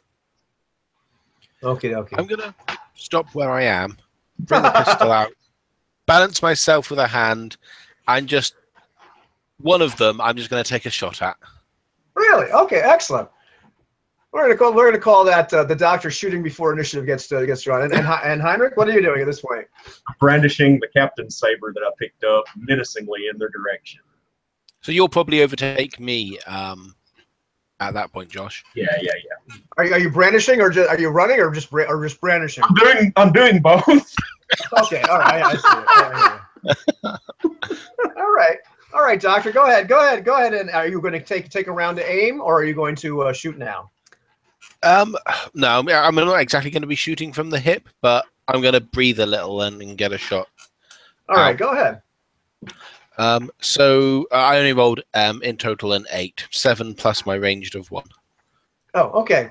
Well, it makes a mighty cry of sound. There's an incredible flash of black powder. I'm not sure if you've ever actually shot a weapon before, or it was just fashionable to have one at university. I can't remember. It's more like university hijinks rather than anything else. Never shot one in anger. Right. Okay. So the ball whizzes by the man's head, and the guy looks up like he can't believe you just shot at him. And I'll kind of try and make it look like that was what I was meant to do and go, yes, that's right, you dastard. And the man just says, "You son of a bitch," and just starts running right towards you. And that's the one with the axe. Russia's been invaded by Americans. Oh my God. And clearly, this man that you shot at knows that his pistols don't have more than one shot. Oh yeah. So, all right, now roll initiative. Remember, we're going to use the initiative system here, where like you're going to roll a D8 if you're using a melee weapon, a D4 for ranged, a D6 for anything else, and a D12 So if you're going to cast a spell. I'm going to drop the pistol and draw the gladius. So I don't know what dice that would be. You're going to do a D8 for any melee weapon, yeah. And then are we adding our dex bonus to this? No, it's just a straight roll. Gotcha. Straight roll. 6 for Jurgen. All right, so I rolled an 8. I also rolled an 8. So so Jurgen is on 6.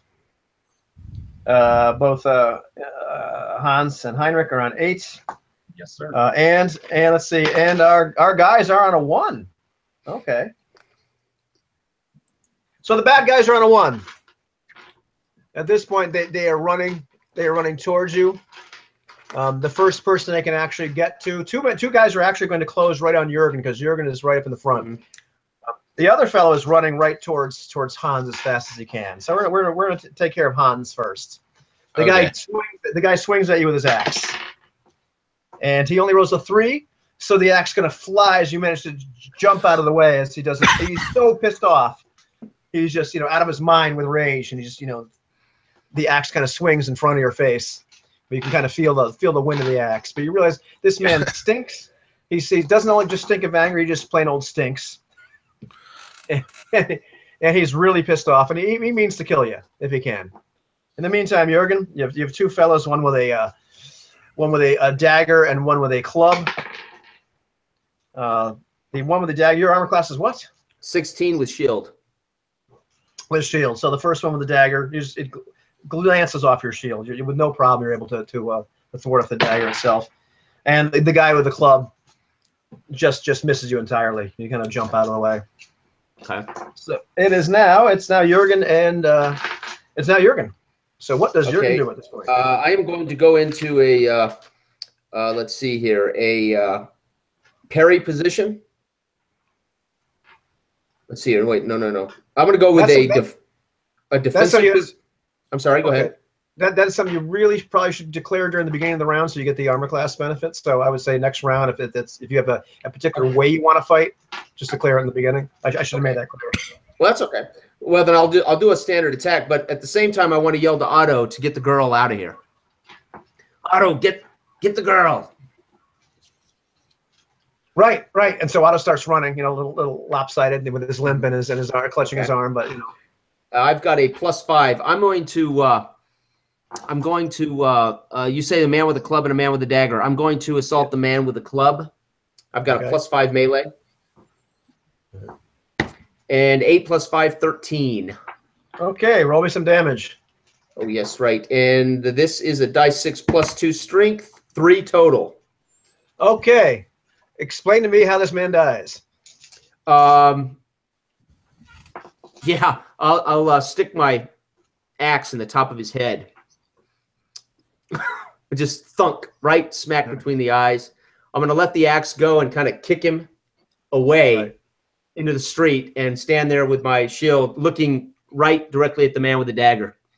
All right, because basically, this is go ahead. That's it. Just letting him know you're next. All right, because we're letting you use chop to drop rules. That means that these are normal men. You get your level of attack. So if you kill your first foe, you're able to attack the second guy. Oh, okay. Then I will then use my shield to bash this other guy. Go right ahead. So again, +5, right? 13 + 5, 18. All right. And a shield bash is what? Give me like a D3. Okay. So So 1, 2 was I'll roll a 6 and add my strength still. Is that right? Yeah. So I rolled a 2, which is 1 point of damage plus strength 3. Total points. All right. So this shield apparently bashes this guy right in the face. Okay. so hard that he falls backwards, into the snow Okay. and doesn't move. You can see Okay. kind of blood running out of his nose, all that sort of thing. Okay. I will take position over him to make sure he's dead. Okay, Just Hans and standing over. Heinrich, what do you do? I have absolutely no technique with this gladius, so almost clutching it with two hands. I'm just kind of eyes half closed, swinging it like a baseball bat, yelling obscenity. Okay, go ahead and do that. This guy. I rolled a 9 and I have no bonus, so it's just me swinging wildly and swearing. In fact, I think with your strength, you actually have a minus. My hit +1, and then I've got the minus, so I'm. Okay, so it's net straight. 0. Okay, that's right. So the man definitely jumps out of the way. Heinrich? Okay, so Heinrich is running to help Jurgen, but he sees Jurgen split a guy's skull and kill bash another. He decides that Jurgen's got this, so he turns around and chases after the other guy. And as he comes up behind him, he notices that the man is unarmored or very lightly armored, and he aims a slash at the back of his leg. Okay. For 6. With a 6. Okay. Well, the man does you there and jumps, out. But let's see what happens for him. And at this point, he actually keeps fighting for a second. He's so enraged, that the doctor shot at him. And he probably just hasn't really gotten the idea that his friends are dead. So roll initiative again. Alrighty. 8. 2. All right. So Hans and Heinrich, you do go first. This man rolled a 7 for initiative. I imagine Heinrich's more competent than Hans, so I'll give it to him. All right, so I'm really mad about the guy jumping over. So I flip the sword around and I try to slash up right through his freaking groin. So. Ah, jeez. And that is a 12. That is a 12. Okay, that's it. Roll some damage. Alrighty. Does a die 8. So that is a 6. Actually a 7. Because I do get to add the strength, right? Yeah. Explain to me exactly how this man meets his grisly demise. Well, predictably, he has opened up in a most unfortunate area. And some of the viscera associated with that falls out. And the sounds that he makes as he crumples to his knees and bleeds out are quite unmanly, as I'd expect. And Heinrich he's actually kind of shocked at what he's just done. He's a little sick himself. He turns around and, retching a little bit. Yeah. A little bit. That's it. Right. That's it. At this point, Otto is kind of bringing this hysterical woman over. He's helped her to her feet. She's looking around. She's looking at you. She's watched the absolute carnage that has just happened, and she just breaks down into sobs. Okay. She's almost that kind of really heavy, inconsolable, where she's trying to get her herself together, but she's that sort of just I will walk over. I will walk over to the man who has my axe sticking out of his skull, and I will pry that out of his skull while yelling to the girl, "Calm, woman. You are safe. You are fine with us." And I will put my axe away. Come to your feet. Calm yourself. Yeah. Well, she cries. She's crying hysterically for a good 10 or 15 minutes. Hans, you are good with women. Heinrich, one of you console this girl, and I will head back toward our camp, or to Claude's house, I should say. Yeah, I'll help the gal and start trying to comfort her. Right. The girl seems to be the most after a random die roll result. The girl seems to be most attracted or comfortable with the good doctor, perhaps because he's the only one she hasn't seen cut somebody. But for whatever reason, between her and Otto, she seems to be most comfortable with those two. And she gradually starts to calm down, and starts to take regular breaths. She smells. She goes, "You have food? I haven't eaten. Yes, I haven't eaten in a couple of days." We have quite a larder, quite a a good amount of food, despite the circumstances. Please, you'll be quite safe. You're sure? You're sure? They won't try to do to me what those other men did. I can vouch for these gentlemen. They are stalwart, and they have more honor than those, at least. And I indicate the corpses. You did save me. They did save me. Indeed, so. So he's and I'll kind of almost whisper to her. He's very devout, so such vices would not even appeal. Oh, good, good. And she seems to calm down. She's very cold. And she goes, you can tell her she's just kind of dressed in sort of like, you know, she looked like with the clothes she had was of somebody who was like probably of moderate means, you know, not peasant, but, you know, not super well-to-do. But she goes in the house. As soon as Goddard sees her, he grabs her a coat. He managed some warmer women's clothing. Actually, seems to almost magically appear because, you know, Goddard's able to. He knows the house relatively well, despite the fact that it's like, you know, half demolished. So, you know, he's definitely a gentleman, and begins to, you know, get this woman like more properly attired for the weather and for modesty. You know, and as she calms down, you know, she lets you know her name was Gretchen. That these men attempted to assault her, and but she you know, she was in town. She saw these men come in. She thinks they might be looters, because they certainly weren't men that were here before. She's seen a few more men skulking around town at this point. Did you I'm sorry, see go what ahead. befell this place? And she just looks at you and she nods her head, but she won't talk. And she starts to cry a little bit again. Were these men that tried to accost you and the men you've seen about, are they local men? Or have they come into town?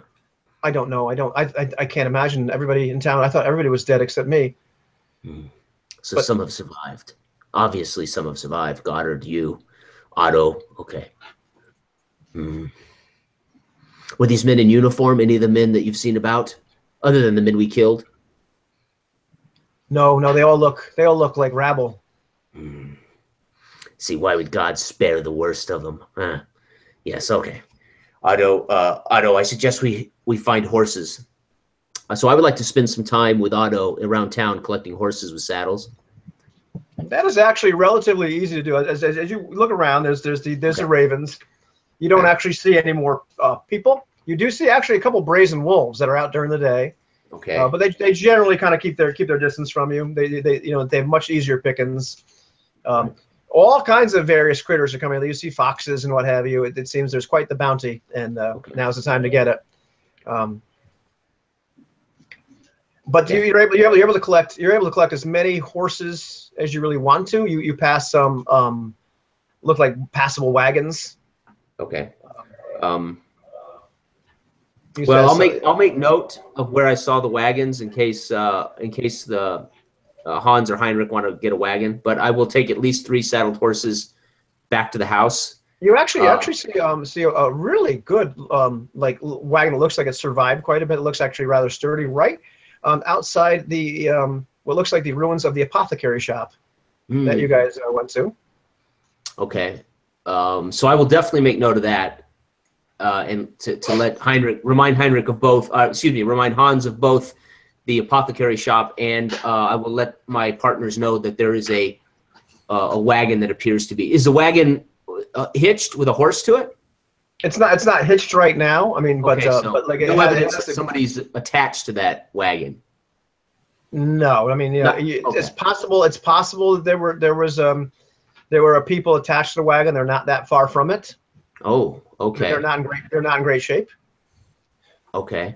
Is the apothecary shop decimated?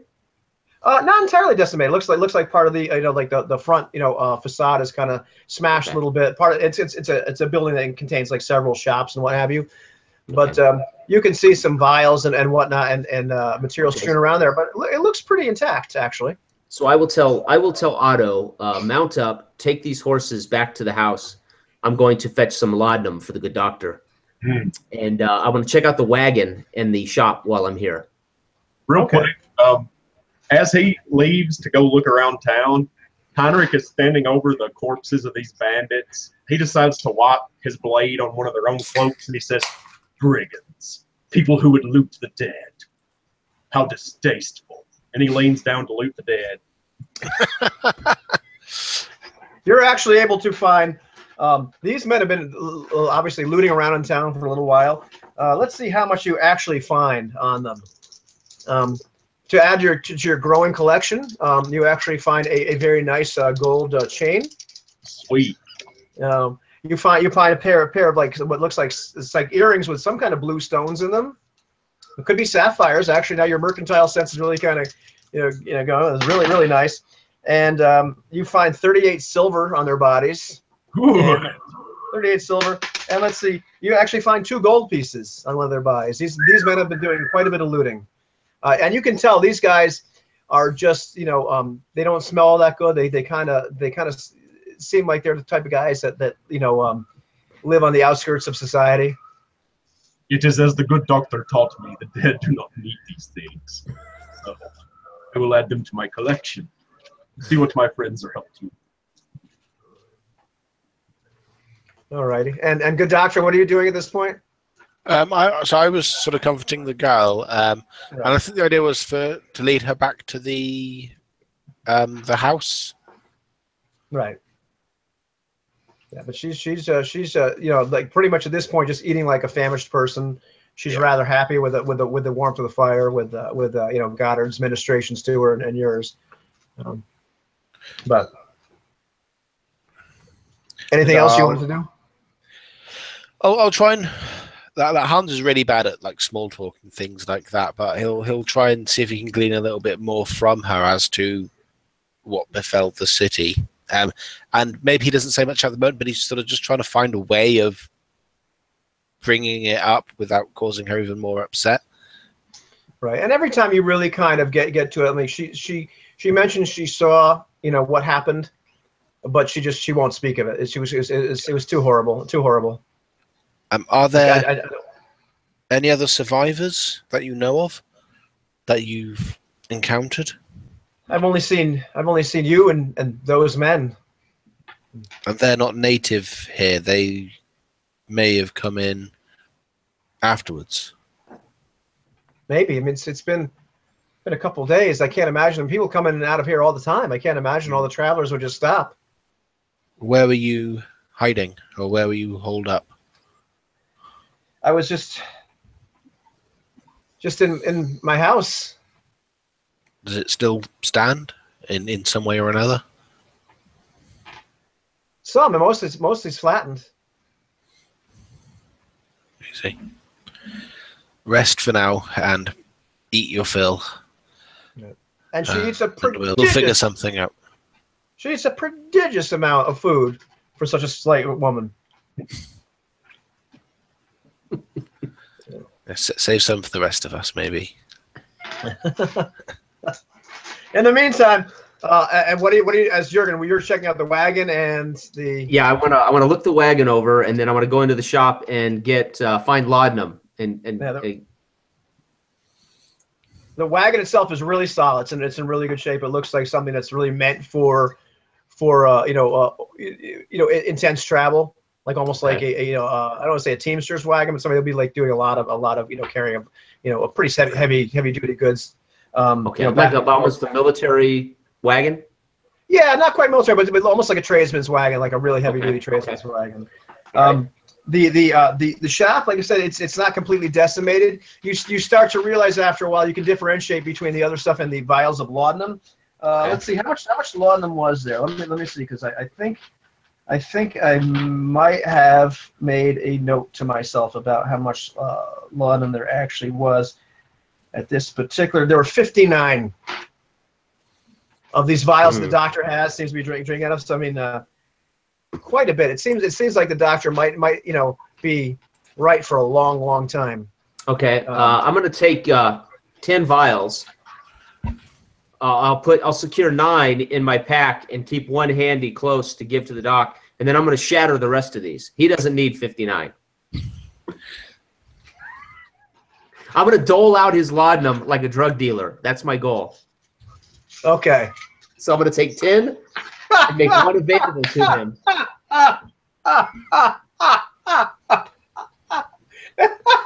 All right.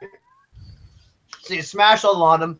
There's also quite a bit of stuff in here, like as far as like herbs and whatnot, and all kinds of vials of God knows what. Looks like quite the fancy shot. A lot of it seems to have survived. Okay. Okay. And anything else I would recognize, like herbs or anything that I've noticed that the doctor generally has or generally uses? I'll try to snatch up something like that, just so he has. You can find various things. It looks like he has his medical kit, but you may make a couple mistakes. Sure. You know. But I'll just rake it all into some small sack around the shop and cinch it up with a vial of laudanum in it, like a candy, like an Easter egg. Okay. Gotcha. And I'll prepare to go back. I'm going to leave the wagon for now, but I'll make note of it and then head back.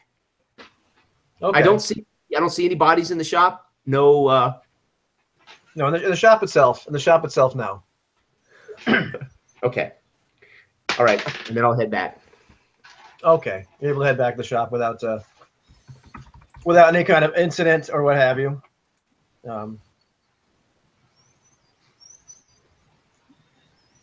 At that point, we're probably looking at like early afternoon. Okay. By the time it takes you to go there and take care of all that. You start to notice at this point, by the time you get back to the shop, you see what looks like some more people kind of milling about the town, and you realize these people like weren't here when it happened. There's people on horseback.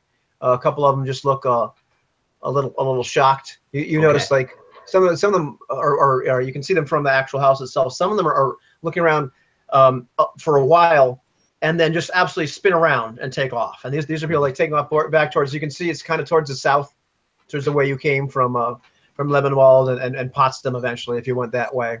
Okay. A couple other people are kind of sticking around and looking, but they're not really going in your general direction. But it seems like at this point the traffic, people has started to filter back in the town. But people are just kind of walking around mouths agape. Okay. You see one person kind of retching and throwing up.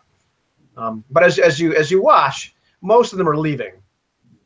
Okay. Some quite hurriedly. Okay. As I approach, I'll make sure Otto made it back with the horses. And then I'm gonna go straight to the doctor with the sack of medical supplies and everything that I picked up and drop it. I'll kind of mumble to the doctor, "Supplies for you, doctor," and hand that to Hans. And then I really think we should all mount up and head west to follow this evil. Very well, and I start rummaging through things. And I'll look to Otto and Goodard and the girl who I don't know. I don't know her name. I don't know if I. That's Gresham. Yeah. Okay, I'm not certain if Jürgen would have heard it or been there, and I'll just say to him, I will leave you to your city, Goodard, and the girl Otto. But we must be traveling on. We have business. At least I must be traveling on. Yes. Well, Goddard, none of the people, they all look horrified at the idea that you would actually leave them there. It's like, we'd love to get out here. It's like, and Gretchen's like, please, can we go to Berlin? It must be safe in Berlin. So I'll kind of wave, Heinrich, Hans, let me and my friends talk a bit, and I'll kind of take them out of the room. Okay. So are we going to escort these folks to Berlin? Well, if we are pursuing the evil, the trail may go cold. Yes. How cold can an evil that decimates towns, how cold can that grow? How many towns? We'll certainly hear of towns that are decimated. How many towns and villages are you willing to have left? as a trail is the question. It is inevitable that it will happen, and if it's anything like this, the wake of the destruction will be easy to follow. But it's how long do we leave it? Well, I saw a very good wagon in front of the apothecary. If we hitch horses to that and give Otto and Godard weapons, I think they can pack that wagon, and they can make their way to Berlin. They will have a chance. Are we all in agreement? Send them to Berlin? Yes, so they can at least travel with us on the road a little while until the right branch comes. We can do that. We can escort I can't them believe we're not going to Berlin ourselves.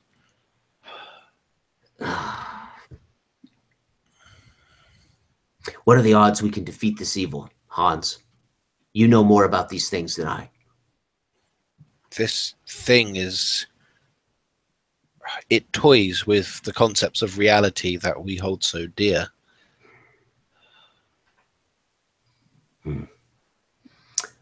Okay. It can look at this. An army could not do this without weeks, months of assault, and this thing smashed this town to pieces and threw people around like a wanton child would with toys. So we are just you men. telling me we cannot defeat this thing? Even with your books, even with our skin book, our book of the ritualistic book?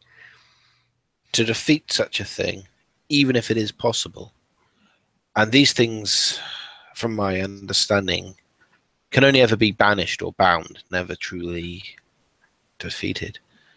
Someone bound we have to, before, did they not? Yes. Mm-hmm. We need to understand it. We need to understand who bound it. We need to understand how they came to this conclusion. Indeed. Maybe those answers lay in its direction, or maybe those answers lie west in Berlin. Okay. Well, it went It's west. a great city. So I suppose we're chasing it even if we head to Berlin, correct? Is that the case, Ivan? That is Berlin's relatively west of here, so yeah. So okay, yeah. So we'll end up in Berlin anyway. Okay. Then I suppose we escort these good folks to Berlin, and in the meantime, maybe we can solicit help to deal with this menace. We can acquire what is no longer needed from here. We can maybe sell some of that in Berlin, better equip ourselves, better prepare ourselves. Heinrich, what do you say to this? Oh, I have already looted some, my friends. And then I show them my prizes. The doctor teaches me such good things. And I do agree that we should search for expert witch hunters. No offense to Jurgen. Oh, none taken. We never used these magics to stop evil of this type. This is beyond my capabilities. You saw my capabilities. Perhaps the order that bound them in the village is still around. Yes. Perhaps. Yes, and maybe the book, if we can take time to transcribe the book, there might be information in it for Hans to tell us more. Yes. Okay. All right.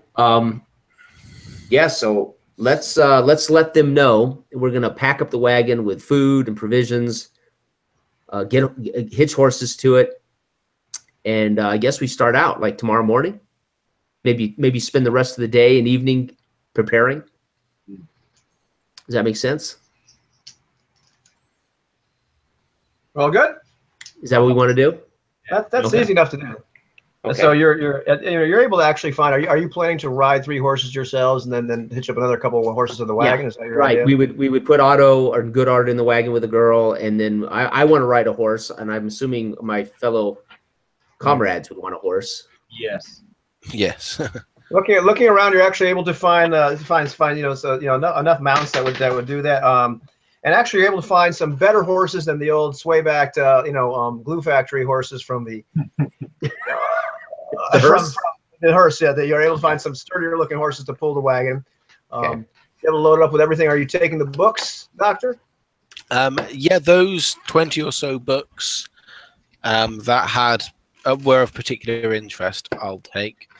If there's room on the wagon for them. Oh, there's room on the wagon. You can certainly take whatever kind of foodstuffs you want to. If you're looking around the town to procure anything else. Try and find some decent winter clothing as well, because we have been worse for. Oh yeah, and absolutely, like Claude was a man of means, so he definitely, you could look around and even though Goddard kind of sighs, just from the memories of his master's clothes, there's more than enough for you guys, and there's some more of the servants, like the larger servants' clothes that would fit Heinrich and Jurgen. Okay, I'm going to pick up I'm going to pick up an assortment of weapons, and I'm going to approach one at a time. First, Otto. Otto, did they teach you anything when you were conscripted about fighting? No, they just told me they're going to point me in a direction, and I had to kill that Lithuanian or Polish person. And what is your weapon of choice? And I basically show him what I have. You don't have a pitchfork, do you? And I hand him a sword. No, boy, I don't. Goddard, what do you have any weapon expertise? I'm a gentleman, sir. But he looks around. He picks up a rapier that it's like that's clearly he's done that. And he's used one of those before. He picks up a pistol. So I've shot before, sir. We must all be prepared. And the girl, Gretchen, and I hand her a musket and a pistol. You just point and shoot, and you will have to do your due if things get dangerous. Do you understand me, Gretchen? And she looks at you solemnly. Yes, I do. Okay. And don't worry about reloading. You point and shoot. Okay. Okay. And she takes another bite of the cold sausage that she has, and she seems to have not lost her prodigious appetite. Little svelte girl, but she is just really just slamming down the food and the scones like nobody's business. And I'm going to mount my horse and suggest. Now, is it morning or is it evening? Are we just preparing here? We're doing the morning of the 25th at this point, Oh, so it's Christmas. Do we know it's Christmas? Do we know it's Christmas? Would we Let's know see. that? Would we? You would know it's. Track of that? No, maybe. Yeah, you can. If it occurs to you all of a sudden, yeah, just then. You're the first guy that realizes it's Christmas. Everybody else is kind of just a little shell shocked. Yeah, I don't say a word about it because I am not invested in Christmas in any way, shape, or form. Right.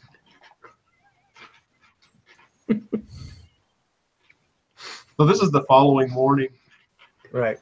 I'm going to say that I didn't get a chance to say it, so you can say this didn't happen. But I was going to read through my book about cults and holy orders. Oh, sure, yeah, absolutely.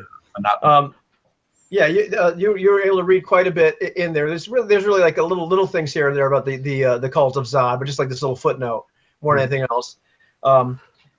A lot of stuff about various witch hunters. One of them, like, that kind of stands out, that looks kind of like, man, that sounds really kind of familiar, is this Order of Uriel. Order of Uriel. Yeah, and you see mentions of Uriel, and they also refer to the other. You could realize these are angelic names, like Azazel and Gadriel and Kerubiel, and just. But they kind of like an order of men that, like, you're not sure if they worship the angels, but they feel like they're commanded to invoke the names of the angels to stamp out wickedness in the world. And you realize these are, and their cult is basically, or not cult, but because it's an order. It's not really described as a cult. It's loosely affiliated with the Lutheran Church. But kind of like almost a special witch hunting sort of like sect within the church itself. But they're quite violent, for lack of a better word. These sound like the kind of men that we may find use of. So I will keep that in mind. I will relay that information to my comrades.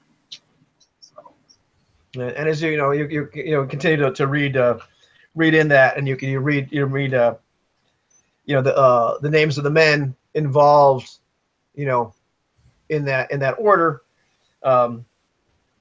such as Horst and you know, let's see here. I had a couple names written down here. Sorry, give me 1 second. I forgot to write this this name down here. Forgive me, gentlemen. Mr. Horst,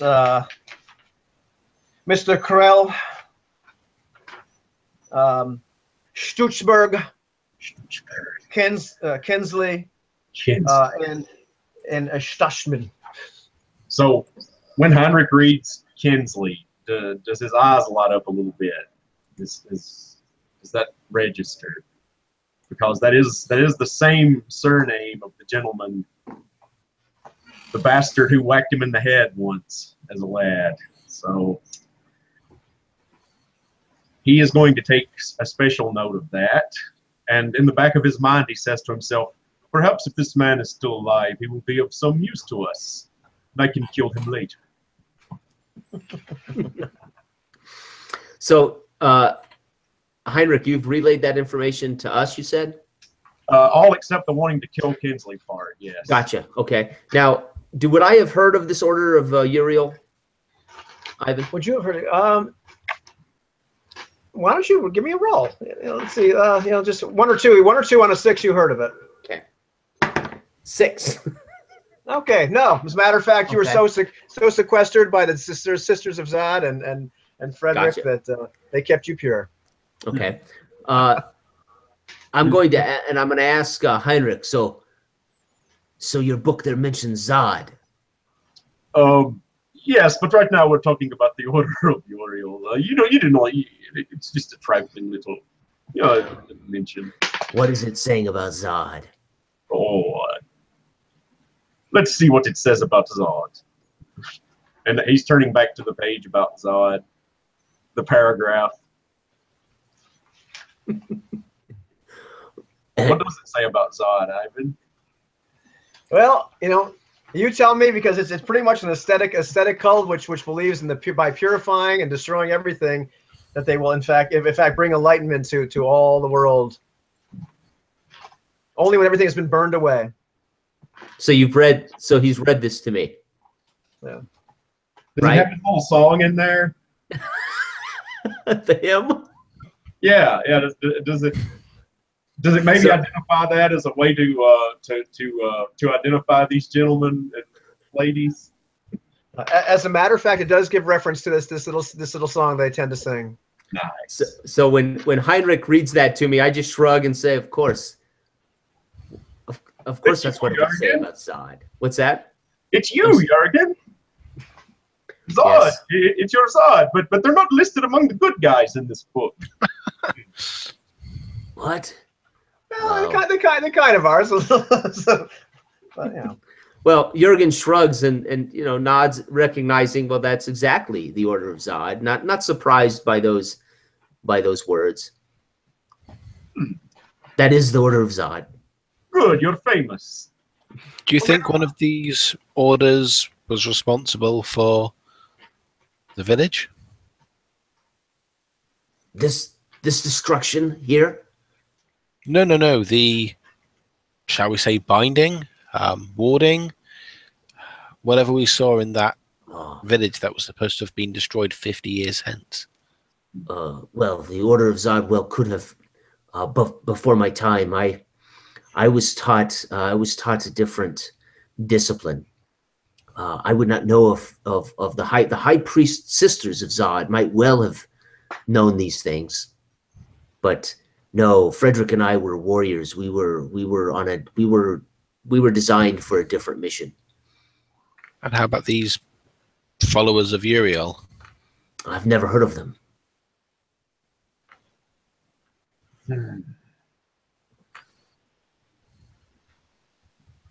I believe maybe worth asking about. Berlin is a rather large city, is it not, comrades? I've been through Berlin before on my travels the last 12 years. Yes, it is. You may be able to find a small enclave of these gentlemen there if they are operating at large in the country. If they are about, I would think it would be the big city of Berlin. Yes. Either way, that is where the people are. So. Yep.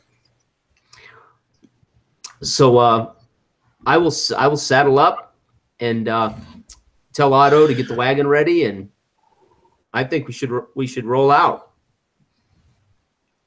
All right. Yes. And I'm going to try to lead our group by about 100 yards. I would like to be well in front of the group on the horse, Okay. up the road. So 50 to 100 yards. They could yell to me, they could see me, but I want to be out far enough that I kind of scout what's ahead on the road. Gotcha. Okay. And apparently, there's some strange device. It's magic. From Zod. It's a sign from Zod. Yes. So going up the road, it's pretty nice day. It's Christmas. You see a couple of people approaching on horseback. After a while, and this is just like several hours out. Okay. As coming you toward us. Coming towards you. Okay. As you get closer, you can see that they're actually soldiers with the colors of Prussia on them. Okay. Just a few. There's just like three or four, on horseback. I will nod at them, and then I will kind of stop the horse and circle around and stop the horse to watch as they pass our group. Does that make sense? They give you guys kind of like the once over for a second, and keep going. Okay. And when I see them freely let my partners pass, then I'll spur back up the road toward Berlin. Right. Okay. I just watch nervously as these soldiers approach and then give us the once over. And when they're sort of satisfied, breathe a sigh of relief. Right. That's about the traffic you get all the way up until Berlin. But it takes you the good part of the day to actually enter, get to Berlin. When they told you before, when you were in Edinburgh, that it was going to take you 2 or 3 days, that's with the heavy snow. But this, the road has been traveled a little bit since then. Has there been any evidence of the destruction that we saw coming into Edinburgh? Down trees? None whatsoever. Oh, okay, sorry. Go ahead. I was going to say, at some point along the road, I suddenly go, bloody hell, it's Christmas. Oh, you're right. And then realizing how miserable and damp I am, I just kind of slump back down. You're right, Doctor. It is, and Gretchen becomes very animated. It's Christmas. I was like, oh yeah, hell of a Christmas here. Otto doesn't say a word, but you finally start to smell Christmas as you're getting closer to Berlin. You can start to smell merry fires. You can smell the spice, and as you finally get to town itself, it's obvious that there's quite a bit of Christmas celebration going on. Entering the town, you can tell, you pass the gates. There the hot soup men out, and all kinds of things you can still buy. Lots of merriment, lots of people running. A lot of Swedish and also German soldiers around. Okay. Mingling together. Yeah, a lot of little jostling here and there, but for the most part, they're there. A lot of men look very serious. Okay. An incredible amount of Swedish soldiers once you really start to think about it. Okay. That doesn't appear as if there's been any skirmish or any combat here. No. Okay. I will have slowed, of course, near the gates to make sure we all go in together. Yeah. So I'm not going to stay 100, 50 yards ahead. Now, where do we go from here? Let's just find an inn and I don't know. Can we afford an inn, dear doctor? I remember we can afford an inn. Good. Well, I know I can afford an inn, but of course I will share with the good doctor. And I kind of lift just kind of quietly a heavy pouch of coins and go, I think I can cover an inn or two for us. Oh, It is Christmas after all, gentlemen. I should not question the master. So I want to, Jurgen and Otto, will take care of the wagon and the horses. We'll find an inn, and then we'll move the wagon and the horses to the nearest stable. Yeah, That would that's be- easy. Okay. Okay. The way you guys are dressed, as you realize, you're wearing some pretty nice clothes now. The way you guys are dressed, the money you seem to have, the condition of your horses, the condition of your wagon. People are regarding you with some large measure of respect. More than you're usually used to, Jurgen. More than any of you are kind of used to. Okay. Goddard seems to be very confident in terms of like telling other people what to do as well. Like once he gets the idea that he's kind of working for you, for lack of a better word. He's a man that's used to bossing people around. You kind of got the impression that he kind of ran Claude's house for him. So where you start to falter in terms of like not knowing what to say, he jumps right in. Okay. Okay. Well, he's certainly more capable of dealing with upper class conversations. Certainly. Yeah. And I will defer. And I will defer to him. I will totally defer to him. Yeah. And he seems to be glad to take the lead. Like he's in his element for the first time. Like somehow camping in a house with a wall missing in front of a hearth. Drinking wine. Waiting to die. Just didn't seem to be his element. But somehow now. Good. He seems to be right. He seems to be right there. Okay. Okay. Perfect. How old is Goddard? Goddard appears to be, probably in his late 40s. Okay. Maybe like 49. So getting kind of old. Okay. Poor guy. Back in 1620, he is old. Yeah, he is. But Goddard is a man obviously has led a good life. Probably been a gentleman's gentleman for all of his life. And okay. So he's at home in Berlin. Fantastic. Yeah. And Berlin is quite the city. Okay. I'll see if I can find a moment where I can talk to Jürgen and Heinrich a little bit quietly. And I'll say, gentlemen, I've acquired a small purse of 20 gold coins. Gold coins. We have, perhaps, if they are interested, the makings of a small household. Rather than maybe an inn, maybe we can look to invest a little.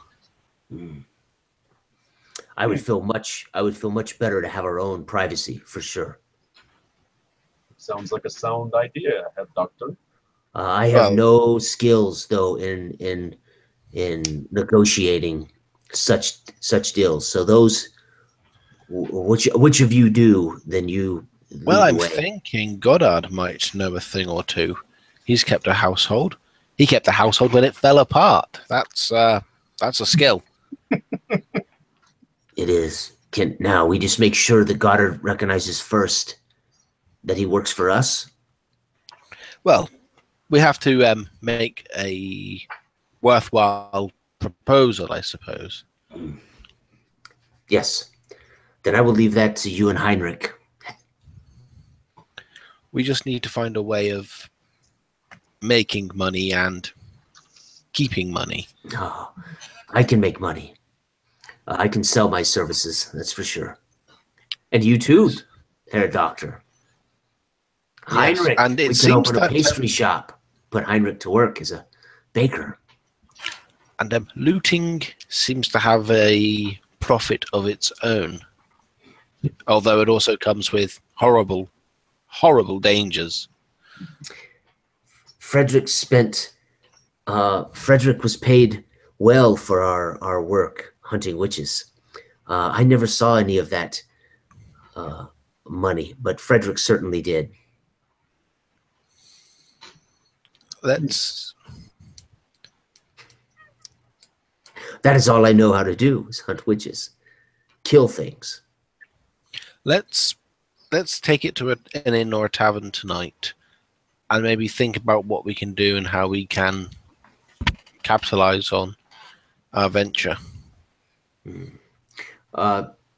Yeah, but I would certainly be for putting Goddard to work, looking for a place for us now. Yes, a small residence which we could rent from somebody else in the town. So let's put Goddard onto that if he'll do it. Okay. Yes. Great idea. So I'll go and find Goddard then. You find Goddard. He's up at the bar actually. He's discovered the incredible ale there, the Fezziwig ale they're serving tonight, and Goddard appears to be in no shape at this exact moment. Well, perhaps, I mean, you've seen men like this before. Merry Christmas, Doctor! And he grabs you on the shoulder. Merry Christmas, and a fine Christmas it turned out to be, didn't it? Yes, and a Merry Christmas to you as well. Yes. Have some of the sauerkraut. The bratwurst is delicious. I whisper to Hans. It seems as though we'll get none of that work done today. I'll work on him. Some of that ale, if you please. The bartender is more than happy to oblige with that. Right. And God rest ye, merry gentlemen. God rest you. And one of the men just say, God rest you. He goes, fancy running into you again tonight there. Twice today. Turn around a little bit nervously at that. Merry Christmas again, sir. And where's your friends? Oh, who is this? Who's when those you and those two men you were with before. I remember you wished you a happy Christmas. I think you bought some of my soup earlier. Yeah, I recognize you. Yes, of course. Yeah. My companions are taking care of their luggage and their horses and so on. Yes. Oh, okay. Yeah, it was for you, wasn't there? There's an old man, and yeah. Well, Merry Christmas. Good to see you. He slaps you on the shoulder. And many happy Christmas returns. to you, sir. Yes. Yes. Christmas. When I return to the inn, feel a little bit safe. When I return to the inn while they celebrate Christmas, I will take I will ask Hans if he has quill, paper, and the ritual book, and I will go back to my quarters and start to transcribe as much of this book tonight as I can. You're not going to partake? Season's greetings? Jurgen doesn't even verbally comment on that. He just looks right through you. Paper, quill, and book, please. I just kind of pass my satchel to you. Okay, and then I will head toward the rooms, whatever rooms we've secured, Ivan, to transcribe. Okay. Assuming no pawn shops are open on Christmas, Heinrich is going to continue to study his book and perhaps stake in the cups a bit. And no pawn shops appear to be open on Christmas Day? At this point. Okay, studying it is then. Yeah, there's always the black market, but you see how you can study that book without a problem. Jurgen, you were finding writing this rather laborious. It just doesn't make very much sense to you at all. But you're able to slowly translate from English, from French to German. Okay. But finally gets to the point where your eyes are crossing, I'll just work as hard as possible, even if it's slow going, to get everything as accurate as I can. Right. Okay. So even if it's just one page a night, whatever it is, that'll be my goal. I gotcha. Right. And what else was the doctor doing at that point? Getting drunk and making merry. Possibly standing on tables singing Christmas carols. All right, well that works out pretty good. And so you pay for the 8 of you to sleep there? Is that your plan? Yeah, I'll 6 rather. I'll throw a gold coin behind the bar and see what that does for me. I'm waiting for Lee to get on the table and sing some carols. Well, that's a gold coin gets you a lot of looks because that is 50 silver. Yeah, it's like and kind of like that. I'm a bit drunk. It's the no expense spared kind of, make sure me and my friends are well taken care of while we stay here. Right. All right. Well, there's a lot of merriment, a lot of merriment around that. They realize they definitely start bringing out the really good booze, the really good tobacco, some really good food gets put out. You're actually put up very, very well in the hotel. The six of you. So it drains most of that gold piece. It seems like the night kind of like flies by, and you may or may not have bought rounds for people. You're not sure. After a while, only my friends. So it happens that they're all my friends by the end of the night. Yeah, they're all your friends. And the guy that said that he recognized you earlier was like, good old Hans, me best mate on Christmas. And so the night goes by rather eventfully. People make merry. And then it's the day after Christmas. What we call Boxing Day in England. Yes, that's exactly right. And I want you to give me a saving throw versus Poison Doctor at like -3. -3, okay. Yeah. So I rolled an 8, so -3 is 5. Yeah, okay, that's right. You have probably the worst hangover you've ever had in your entire life. And there's just one cure for that. Hair of the dog that bit you. No, even better than that.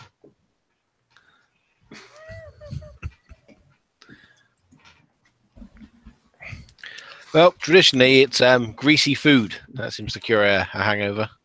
Yeah, that or a nice draw to laudanum probably do the trick. Yes, laudanum. Yeah. Although I don't know if I found the laudanum in the medical supplies. There was I believe there was one vial that the doctor put there, or that Jurgen put in there, if I recall correctly. Yes. Whatever you decide to do, but you just have a hell of a hangover. Yeah. No, it is pain. So to deal with the pain, I may fall over to the bag of medical supplies and I'll rummage around and I'll take it. It's like, Merry Christmas.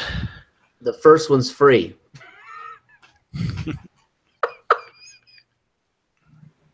Sweet nectar. Festive cheer in a bottle. Right. Righty. So that morning, what are you fellas doing? I will assume at some point, as difficult as it was to try to accurately transcribe one page, I'm going to assume I went to bed with a severe headache, as I have not written in a long time. So it was a lot of work for me. So I would have tried to go to bed, relatively quickly. Once the headache got too much. Right. And you were able to get like a page or two, like actually okay, down. And the next morning when that comes, I will head down for a hearty breakfast. Again, though, I will outfit myself. I will make sure I have all of my gear. I'm kind of that way as someone who is accustomed to being on the move all the time. Right. Not capable of relaxing, so to speak. And I will go down and see who's in the dining room, and I will eat hearty, bright and early. Gotcha. There's several different people in the dining room itself. It seems there's like a lot of merry makers have come back down. Many people seem to be nursing very bad headaches. Some of the people you used to remember seeing around the doctor that night appear to be quite hungover. A lot of commotion and chatter. Just people talking, and as you're eating, you realize they're talking about the fact that the Swedes are here. You hear talk about what happened in Edinburgh. News of that disaster. Came back from here, and you start to glean together that people had traveled there. On the 22nd, and saw like what was obviously incredible wreckage. Again, fleeing back here. There's talk there may have been some people actually going there to loot, but only madmen would do that. They've sent some They sent some people there, but you know that in fact they're talking about there. Lots of talk going back and forth. But you glean probably the most probable thing that's going on right now is that that the Margrave George William is actually in Berlin at this point. That his advisors are actually meeting with him. Okay. His top advisor, they keep calling Horst, Otto Horst, one of his top advisors, and a lot of Swedes, because a bunch of Swedes, the bulk of the Swedish army, you realize is right now up in Wolgast, up north from here. Okay. And they've already like begun to not only conscript people here, but like move through Prussia, and they're actually engaged in a very aggressive war against the Polish-Lithuanian Commonwealth. Okay. A lot of fighting in Danzig. But seems to be a lot more, talk like about like what's happened in Edinburgh and what may have destroyed it. Have I been able to glean whether there are Swedish armies heading to that village to investigate? It depends on which person you listen to, because every person seems to have a different story. Okay. Of what's going on. A lot of talk about conscription, though. A lot of talk about like they really seem to be moving to do something big. Okay. And if people are a little merry, they're getting drunk in the morning because they have hangovers. But there's a certain level of like interest, but a little level of fear too. Is there any something horrible might happen? Is there anyone around that appears as if they're more from all of the individuals that have been talking and the rumors that are flying around? Anyone that appears as if I can tell from their look and their demeanor as to whether they might know who is in charge of conscription? Not really amongst this crowd. I mean, a lot of people. It's relatively early. You're one of those people that really didn't make all that much merry last night, so you're kind of an early riser, right? So you're not really getting that feel, Okay. Okay. So. Yeah. Okay. Perfect. Thank you.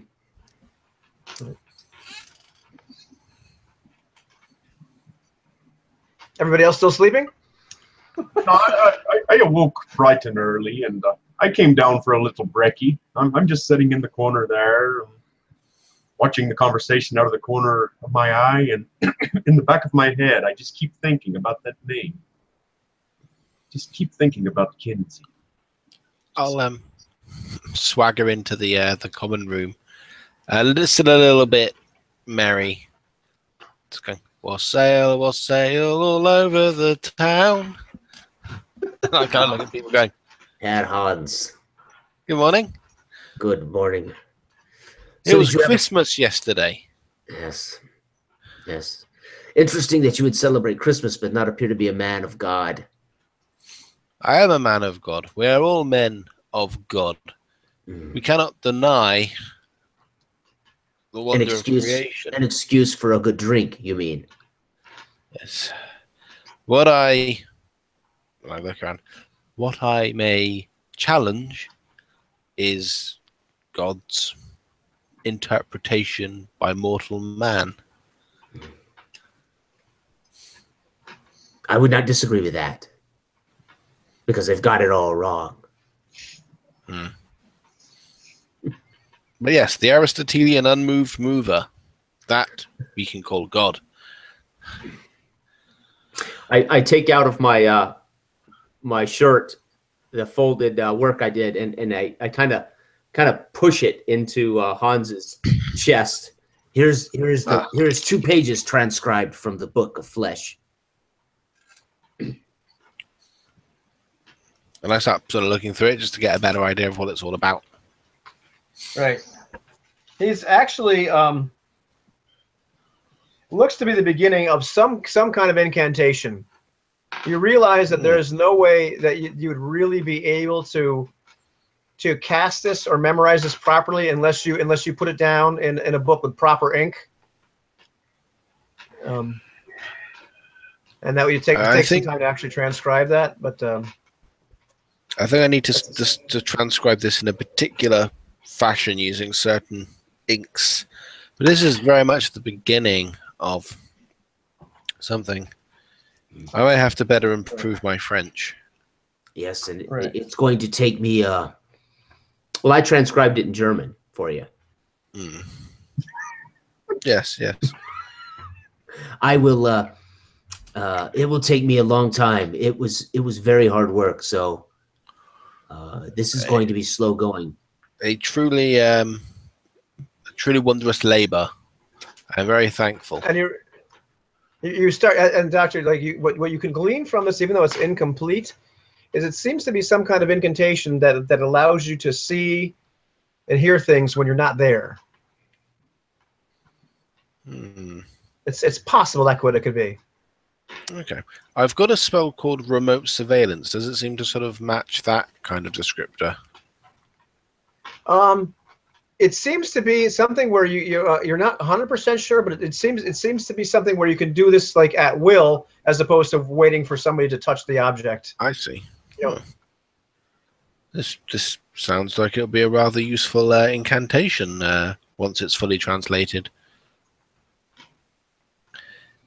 It might give us insight. I will work diligently every evening to get as much done as I can. Perhaps it'll get easier as I get used to writing again. Oh, it's appreciated. Now, there's another thing. Yes. And I pass you the pouch of gold coins. You'd probably be best if you look after our investment. Okay, I look in and count them up. There are 19 in there. This is a haul. Where did you get these? It was in Claude's desk. This might just get us a residence. Now I know why you were believing such things. So we need Goodard and Otto. Two things, gentlemen. And I'm going to wave Heinrich over to our table. Heinrich, join us, my friend. Oh, yes, absolutely. There is much war in Danzig, and the Swedes are conscripting heavily. We need to secure our immunity from such things. So this is what I'm thinking. We need to find the man responsible for granting us those papers. And we need to secure that for us and maybe for Goodard and Otto as well. I see. I'm sure we can buy our immunity, don't you think? It seems that these men of God are easily bought, don't you think? Perhaps a bribe would stand, yes. Because we cannot be conscripted. We cannot go through this town worried about it. Well, I'm not sure how I feel about it on a moral level, but I have done some things that I am not sure about lately already. So why not? Besides, if we find a Lutheran church, perhaps I can ask them about this Order of Uriel. Find out more information. So I suggest we put Goodard on to looking for a residence, and then I will try to find the man responsible for granting us the papers of immunity. I see. Yeah. Well, if you approach Goddard is actually seems to be quite happy to start to look for something for that. Otto's down and happily eating, wondering if his meal ticket's going to ever end. Young Gretchen is also putting down more food than you possibly thought a human being could. It's like, wow, she's a really hungry young girl. Not sure if she's pregnant or what, but so I'll go and talk to Gretchen, and I'll sit next to her. She's having her breakfast and see. So I don't think we really got to talk very much about yourself in all this. What with the horror, do you have a profession or a trade? Oh no, I just lived in my father's house. I was to be married to Lars, and then she starts to look sad and starts to cry. I don't know. I see.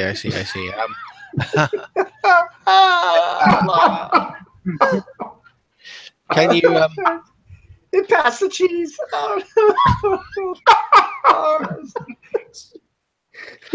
I see. Fine work, Hans. Fine work. She sobs to the doctor's shoulder. There. Sorry. It's okay. It's okay, doctor. It's just been through so much lately. Of course, of course. I don't know what to do here. It's such a beautiful city, but I have no idea how I'd support myself. Well, it just so happens that we're looking to procure a residence, and if we do, it might be useful to have a servant who can cook and clean and so on. Oh, I can cook and clean. I can cook and clean. I used to do that at my father's house all the time. I wouldn't have to do anything else, would I? Nothing like that. Oh, well, of course not. Of course not. What sort of person do you think I am? Obviously, a very perceptive Get girl. enough laudanum in her there, Hans. Oh, there goes my PG-13 rating out the window. I am. So she seems to be relatively agreeable to that, because you get the impression as you're talking to her, she's a little bit, not sure what to do here in Berlin. Yeah, well, we'll have to make some inquiries, of course, and see if we can make it all work. But if it does, we'll be happy to have you as a servant. Right. Well, she seems to be quite happy with that. So now as Goddard's been sent off and to go see what he can do about procuring some kind of residence. Mm-hmm. What are you fellows looking to do this fine day? Well, I wanted to make sure I warned Goddard about the forces. Be aware that they might try to conscript you, and then I want to warn Otto as well. Keep his head down until we can secure papers that would give us all immunity. Right. Otto looks at you and says, one of the best defenses against conscription is to look important. You fellows just need some good clothes. You're going to conscript people that are not men of means. Men of means, provide the money that funds the war engine. Right. So Heinrich that's putting on his gold chains. the better you look. Great. Papers of immunity, those might be difficult to get. They may cost more than you have, but so then what we will do then is we will wait for Goddard to return. Or I will wait for Goddard to return, and we'll attempt to get Goddard to outfit us and dress us like gentlemen. Right, I gotcha. That makes sense? You tell me, guys. I trust Goddard to know how to do that, because Jurgen wouldn't. Goddard knows. Goddard knows. And I think they're less likely to recruit Goddard too. He is an elderly gentleman. It'd be good to send him out. Yeah, 49 is he's ancient. Yes, very old. Very old. Very, very old. Very, very old. Venerable.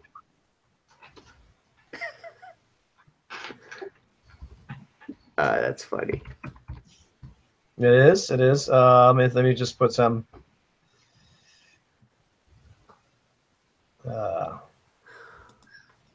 So, Goddard's able to find out that he comes back and he's letting you know that you guys can actually rent someplace. It's about 1,200 square feet at this point. It's not really extravagant. But that's gonna cost quite a bit of money every month. Let me just make sure I have this right. Actually, I think it's 15. Sorry, forgive me. But it would cost almost like 400 silver to actually rent the place a month. Mm-hmm. Which is like 8 gold. I mean, it's not cheap. It's Berlin, but it would be enough that would hold all of you. It's definitely something that you guys would have to secure some sort of income to really maintain the household over time. Mm-hmm. Yeah. Mm-hmm. And Goddard looks at you too. He goes, "You never thought to think that there's probably more gold in that city than whatever you found on my master's desk." Mm-hmm. Mm-hmm. But of course, now everybody in the world knows that. I mean, what do you think those 3 men chasing Gresham were there for? They weren't just there to get. They didn't show their hoping there was a woman there. They were just, a little bit. Mm-hmm. Do you guys have anything else valuable that you can sell? I have a book of maps, and I'll dig out the book of maps and set it down. Oh. That we might be able to do something with. Well, I suppose there's no need holding on to all this stuff. And Heinrich gets out all of his ill-gotten goods. Which would be what? So far, there are 2 rings, a gold chain, and the earrings with the maybe sapphires, but not appraised yet. And he's holding on to his books for now. So. Right. Anything else he has that he's ill-gotten? Besides the actual silver, no. Okay. Yeah, so he starts looking at that and he says, well, you don't necessarily have to sell these things right away, but these things you'll need to do something if you want to hold on to a residence like that. Yeah, we can get a smaller one, but it's going to be a little bit of squalor. Well, I suggest we take it for 1 month at least. And Goddard, we need all of us need to be clothed. Gretchen, yourself, Otto, and Hans, Heinrich, and myself. We must all be clothed appropriately. I understand. So he's actually he's certain of that. Like he's like I can. He pulls out a tape measure seemingly from nowhere, starts measuring you guys. Okay. Yeah. And then I'm going to give him as a down payment 4 gold pieces to secure a down payment on the resident for a month. Right. And then I'll give him a gold coin to secure our clothes. And then I'll tell him that a portion of he'll be paid his wages in advance once we get all of this secured. Right. Yeah. And for the rest of the day, you don't see Goddard, but you know we can just pretty much Goddard sees to all that. It's not a problem. Okay. Goddard lets you know too. They are not bothering him. You know, because he seems to be older. But okay. Are you guys just holding up in the place? I will, because I might be prime candidate for warfare. So yes, I'm kind of hiding out and I'll try to transcribe something during the day if I have to. Right. I gotcha. And then the rest of the anybody else doing something? I'm studying the baking recipes and seeing if there's anything in there that I didn't learn from my father. Right. Yeah, quite a bit actually. There's some great stuff. Well, your father seemed to be quite adept with all those sort of things. And you notice too that let's see, do you still have your messaging up or no? Yes, sir. You do. Let me just send you a little message here to and Doctor, while I'm sending him this message, is there anything that you're attempting to do? I might start trying to look through these 26 books, sort of like in the bedroom, kind of laying them all out, just trying to get a feel for what they're all about and things like that, and what I can do with them. And at the same time, thinking about at some point maybe investigating one of these witch hunting orders. But I think also that's something Heinrich is looking to do as well. So I think it's one of the things where we're taking a little bit of a break from prying into things for now. There's as you go through these books, I mean, there's some are slow going. You're still you can go ahead and make another language roll on that really esoteric one that you couldn't really make heads or tails of. Sure. Rolled a 1. You rolled a 1. You realize this is a substitution cipher of some sort. Okay. You're So trying to find out. Yeah, and you're just like thinking if you could only show it to somebody that's like really smart like Heinrich, he might be able to tell you what language that substitution cipher is for. But it's right on the tip of your tongue. Other than that, looking at all these other books, it's kind of overwhelming, the amount of stuff that's in there. A lot of them are really esoteric. You start to realize that like with a collection of books that's this big, you can probably with enough time start to research and come up with incantations of your own. But this is going to take you time. It's going to realize it's going to take you some money for supplies. But you'd actually be able to like, and you realize things like you might be able to like say decipher other languages if you're able to come up with the right kind of incantation. You start to see hints here in this book and hints in another book, and it's something where you almost have to have several of them open at once and kind of Okay, it's only something that I'll move toward thinking about then with that. Also, the mind of dealing with some great cosmic evil and how to go about binding or stopping that. You realize also you'd probably have to commandeer the largest room in this house to be your study in order to do these things. I'm sure the others will be fine with it. Yeah, Jurgen's accustomed to sleeping on a cot, so. I would probably sleep in the smallest area on the floor. Okay. Alrighty. So are you guys reconvening at some point? You know, Yeah, I'm just in that room, and I'm in the in room transcribing as best I can. So you know, at some point I would come down for food refreshment. At some point I'd come down for food refreshment. All right. Yeah, Goddard comes back late in the evening. He goes, "Ah, Jurgen, I was able to secure everything. We could actually move in tomorrow if you'd like." Yes. So we need the wardrobe. Yeah, he pays. We need the garb now, but everything else we can move down to the residence then, and then we'll take residence tomorrow. Because I've already had a couple of boys. I had to tip them, but bring the clothes into the other room. But I've got clothes for all of us. Good. More for you, but we need to be passable. Then we need to get changed. And Doctor, where are you? Are you guys down the main area I imagine now, at some point we'll meet for dinner. That seems to be a sociable thing to do. Mm-hmm. All right. And whenever I meet up with them, I look really disheveled, like my hair is like this, and I'm just sitting there like staring into space, just murmuring things under my breath. And I seem to be holding a conversation in several different voices. One of them appears to be female. Yes, that little boy. You have to go down into the basement again, Heinrich. Jurgen? You have to go. What is wrong with Heinrich? I don't know, but we have to get him in. Heinrich, I'm gonna walk over to Heinrich, put a hand on your shoulder. Heinrich, look at me. Look at me. What's wrong, Heinrich? I felt him die. Heinrich, what? You felt what? Their minds are in my mind.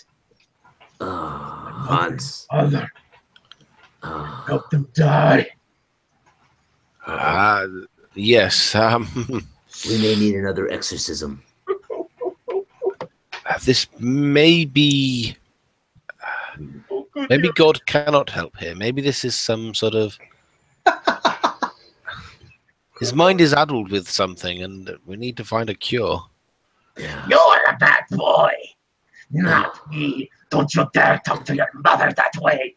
Heinrich, don't you dare talk to your mother that way. Heinrich, I'm gonna grab him, shake him. Heinrich, you're okay.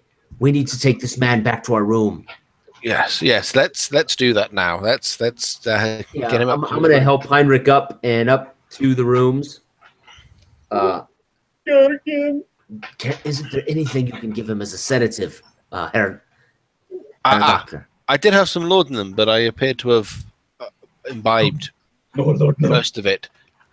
I open my palm, and there's a vial of laudanum on my palm. Here, Doctor. Yes, that'll do. This is for Heinrich. Of course. Administer it, and then I'll hand him the vial. Only if I don't have to climb trees. Now, Heinrich, will you drink this of your own volition? If I get to lie down and the voices stop, then sure. My mother is cruel. And I'll sort of take the stopper out and pass it over to you. Well, here's to friends and family. It'll make you feel really good. Mm-hmm. Well, it can't make me feel any worse.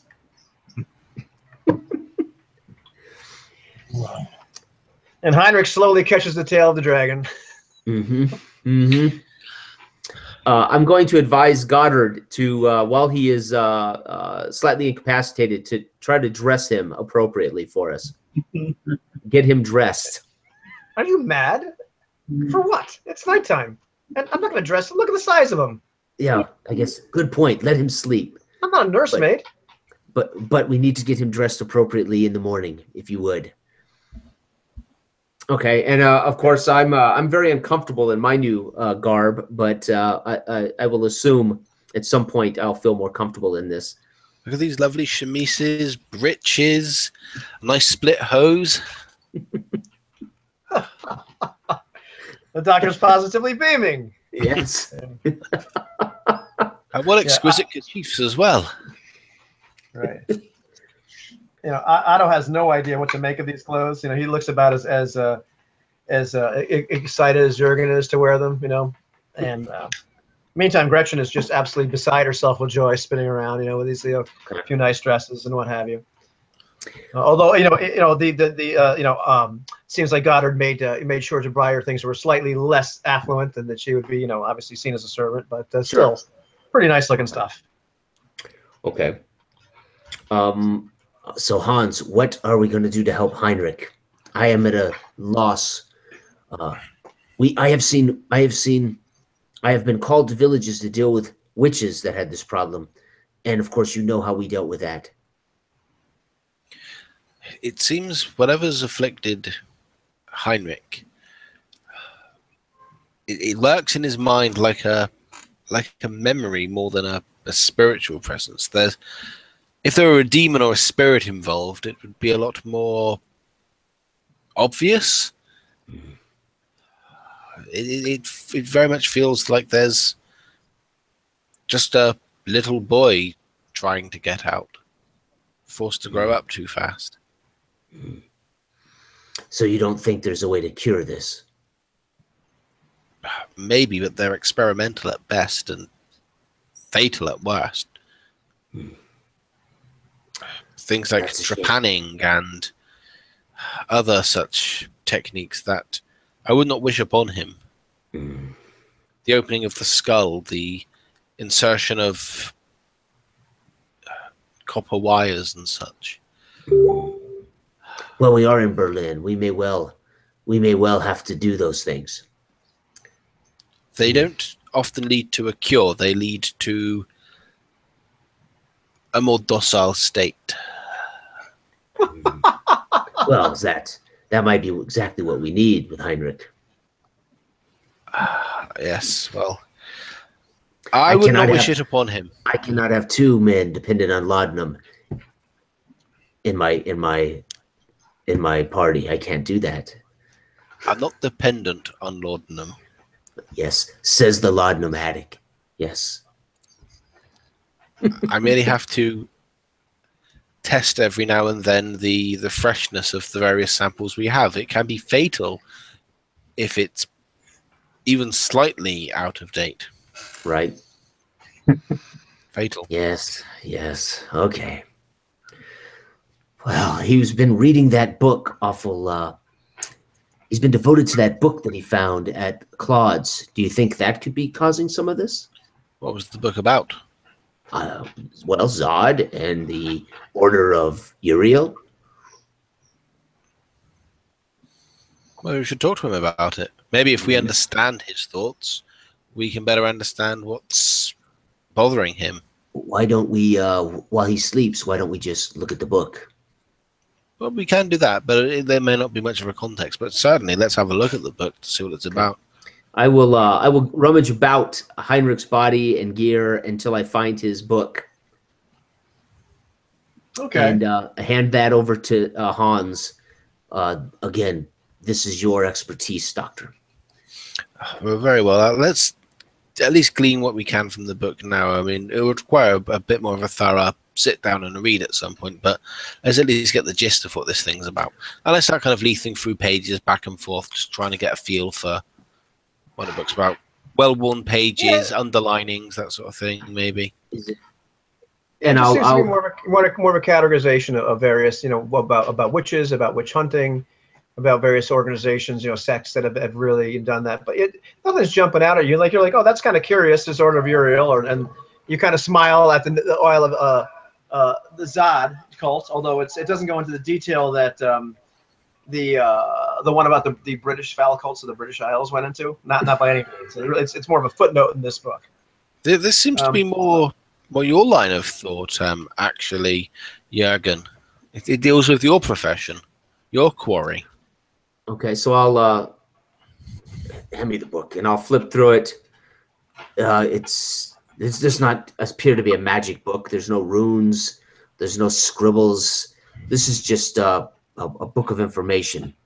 Oh, it's, and it seems to be make perfect sense. I mean, just the depictions of the hangings and the burnings and the dismemberment and whatnot. I mean, it's just what any good man would do. Yeah, if anything, this would enlighten Heinrich. It would not cause these problems. However, if he's in a childlike state, this could bring about nightmares or maybe flashbacks.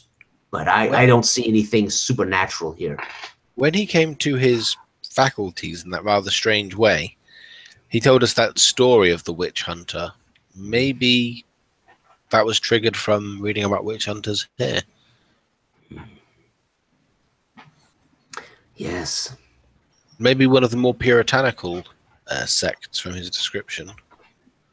So I'm going to flip through the book to find more about the puritanical, and I'm going to read again, in a way, what he had already told us. I think he briefed us. Heinrich had kind of briefed us on what he had read, I believe, about Uriel. Yeah. So I'm going to read again and see if there's anything there that, Herr Doctor, I don't know. Maybe we could request that he read these portions again when he's awake tomorrow and see what it does. Yeah, I think maybe we can just outright ask him, maybe, if he's of a sounder mind back then. Yes.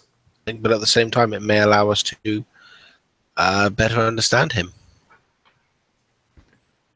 Good. I did not spend much attempting to understand these types of illnesses. Well, that we do not know much about them until very recently, and people still do. They still believe them to be devils and demons rather than mental conditions. So. Yes. Well, which is why we burned them. But of course, we would eventually cleanse the earth of all of these things. But until then, we must do his dirty work, or I used to do his work for him. Yes, we will ask Heinrich in the morning. Yes, your expertise on the hunting of witches make him useful. So I guess once again, back down to dinner maybe, and prepare for tomorrow's move into our residence. Yep. I believe the George William, right, is in Berlin with his right-hand man Horst, which is of some interest, as we were both told by Heinrich, and we have seen it in the book. So I am very curious, maybe to hunt up this Horst, maybe tomorrow. Gotcha. So I'm going to ponder that when I retire to my room to sleep away the night. I will ponder whether we can find Horst. As you guys are down there. Did you go down there too, Doctor, or no? Yeah. Okay. No. As you go, there's one man bursts in during the later dinner hour. The early bar hour, with news, and he's very excited. Talking to his friends. That in fact there's going to be a large movement of the Swedish army, some of the army in Brandenburg, Prussia, are going to be going with them. They're probably going to be conscripting people because they're going to launch a major offensive against Lithuania, the Polish-Lithuanian Commonwealth. But they've come to the conclusion that what destroyed the lovely little town of Edinburgh was in fact Lithuanian black magic, and they must go to stamp it out. And he says they plan to launch a major offensive until they reach the center of the black magic itself, that accursed town of Vilnius. Does he look like he's a messenger or just a local that's heard rumors? Kind of a local that's heard rumors, Okay. Okay. Vilnius. Hans, do you remember Vilnius? I do. The first time I spoke to that thing you brought, that place was mentioned. There was some the idol. The idol that Frederick, my mentor, and I were hunting. He mentioned Vilnius. Yes. Now it starts to make sense. They are using this idol to cause, to wreak war upon the Prussians. Do you believe that the Lithuanians are behind that attack on that village? Do I now, or did I then? No. Either. Both. To be honest, I thought Frederick's visions of the idol, I thought Frederick was delusional and insane. I began to suspect the idol was of some illness. But now I wonder.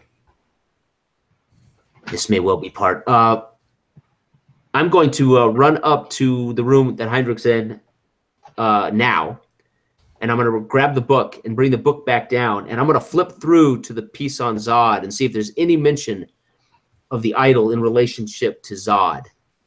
Not at all. You can't find any kind of mention of that idol at all. I'll flip back to the index and look up the idol. Well, amazingly, there is no index. But so it's a D&D 5th edition book. Okay, that's exactly right. That's exactly right. There's no index. There's no. Oh, here we go. There goes the channel's rating down in the toilet. But there's no index. I mean, the Volkoth idol. I can't even pronounce the word the way I wrote it with all the apostrophes in it. It's something that you guys actually kind of found out about. So it's not something, it's kind of more like hearsay. Like it's spoken in hushed tones amongst people that they practice foul rituals and what have you. But so what I will do when I retire to my room then for the evening is go through the Book of Flesh and peruse. I won't transcribe tonight. I want to peruse every page looking for any French word that would be closely translated to this idol in this Book of Flesh that I have. All righty. Yeah, that one. Let's see. Right, exactly. And all. All right. Well, let's see. Let's see if in fact I used to have a dog with that name. Really? There is, in fact, on one page, just that word. Okay. But you can't It's just in a string of words you're supposed to say at some point. Okay. I will endeavor then, if I have to stay up the entire night translating that entire page into German for Hans. Okay. So that hopefully we can read what it's in reference to. Gotcha. I understand. Cool. And so there. Meanwhile, I've abandoned Hans while he's having dinner. I can always go to the bar again. Making social connections. Right. Jurgen is very much a mission-oriented individual.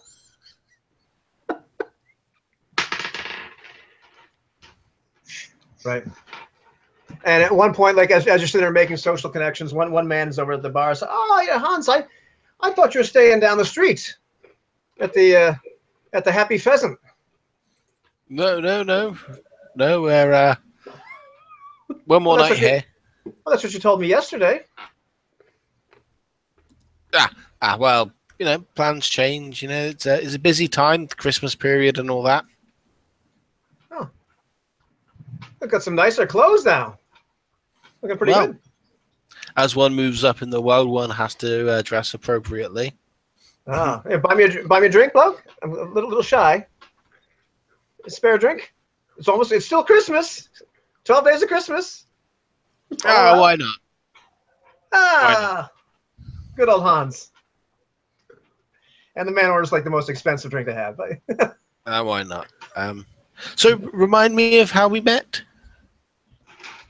Oh, it's you and your friends. Been in town, like a week now? A week? Yeah. We met down. I remember that. You met me on the street and you were looking to see if you could find an apothecary. When was this? Yes, well, let's see. It was about the, my goodness, about that May the 18th or so. Not quite a week. Yeah, that was a week. Over a week now. What day is it today? And the guy, like, he has to think. Oh, so yeah, 26, yeah. About a week ago. In Berlin. In Berlin, yes. You haven't been drinking that much, have you, man? And he slaps you on the shoulder. I don't know. Yeah. Really, that's a rather bizarre. What do we talk about? Oh, you mostly want to talk about laudanum, Sounds like me. apothecary. You talked about booze. You talked about your friends making you go here to Berlin. You really didn't want to. You wanted to get back to Bremen. You weren't sure what it is, what kind of trouble you were in. But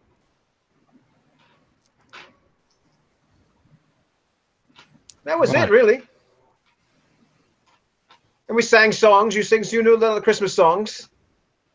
Yes, yes. And you talked about something you never want to sleep in a mausoleum. I thought that was the most ridiculous thing I've ever heard. And something about heads.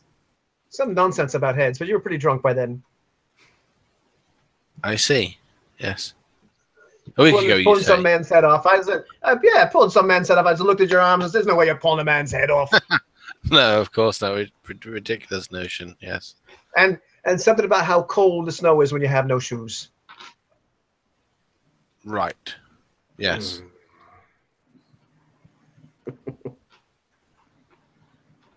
I've just realised that I've got a thing to do upstairs. A important medical thing with a book. Medical thing with the book. Yes. Oh, that's right. It reminds me of that time you got really drunk and just started shouting, "Medical emergency! It's a medical emergency!" and passed out right there in the bar. Yeah. Yes. Well, you enjoy your rather expensive drink. Very expensive, actually, as it happens. Don't mind if I do. Don't mind if I do. Good day, doctor. Good day. And I just sort of nervously shifting up the stairs. Oh. Man looks very happy with his drink.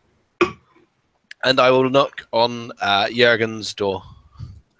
And I will scramble to the door. Yes, who is it? It's Hans, I think.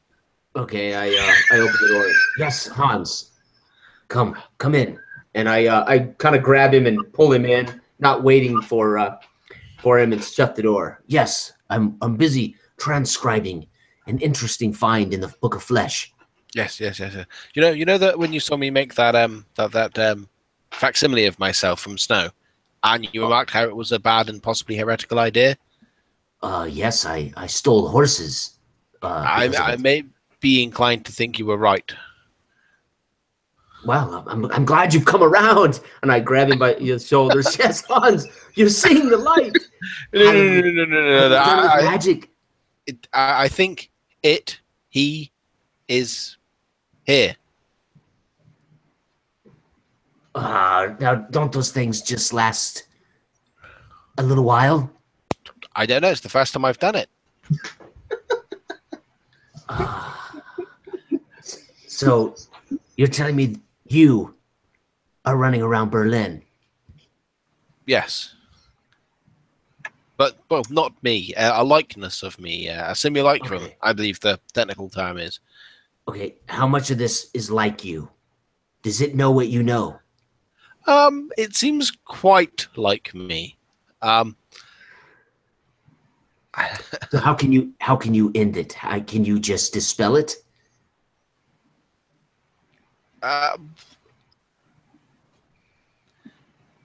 Maybe.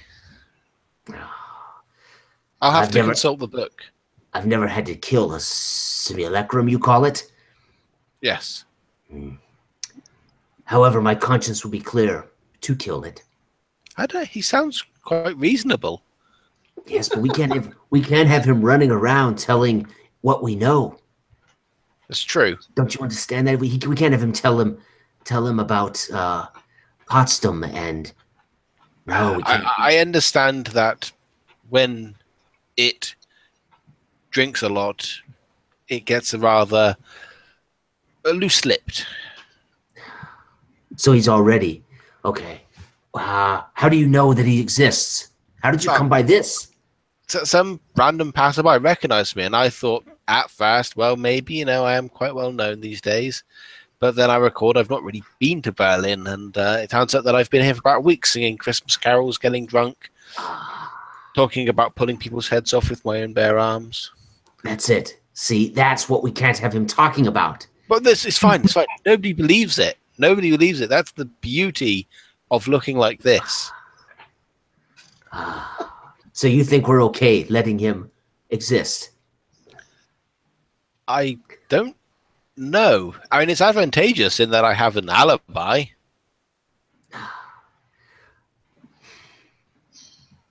Things were so much simpler with Frederick. We would get a note. We would travel to a village. They would point and say, she's a witch. And we would take care of that. I'm trying to transcribe French flesh books, and you bring me this. What if I'm the simulacrum? Well, then you're a dead man. You're a dead simulacrum.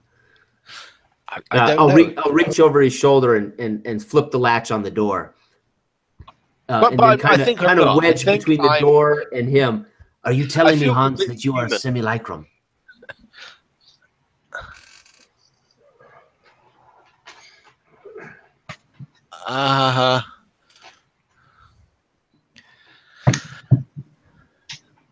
Well, if I prick you, will you not bleed? Depends what you prick me with. So I kind of show my dagger. Would a simulacrum bleed? I'm inclined to think not. Let's have your palm, sir. We both must know if you are a simulacrum. And I extend my hand, kind of shaking a little. Okay, and I take it firmly because I know naturally he's going to want to pull it away. So I've got 17 strength on him here, and I'm gonna just split his palm and see what I get. And the dark red blood comes gushing out. Doctor? Yes, I believe it. I'm not a simulacrum. Okay, so now, and I take a paper from the desk, wad it up, and kind of stick it on his hand, on his wound, with one of these parchment papers that blank parchment papers to sop up the blood. Let his hand go. Then it seems we have to deal with the simulacrum. Yes, I think so.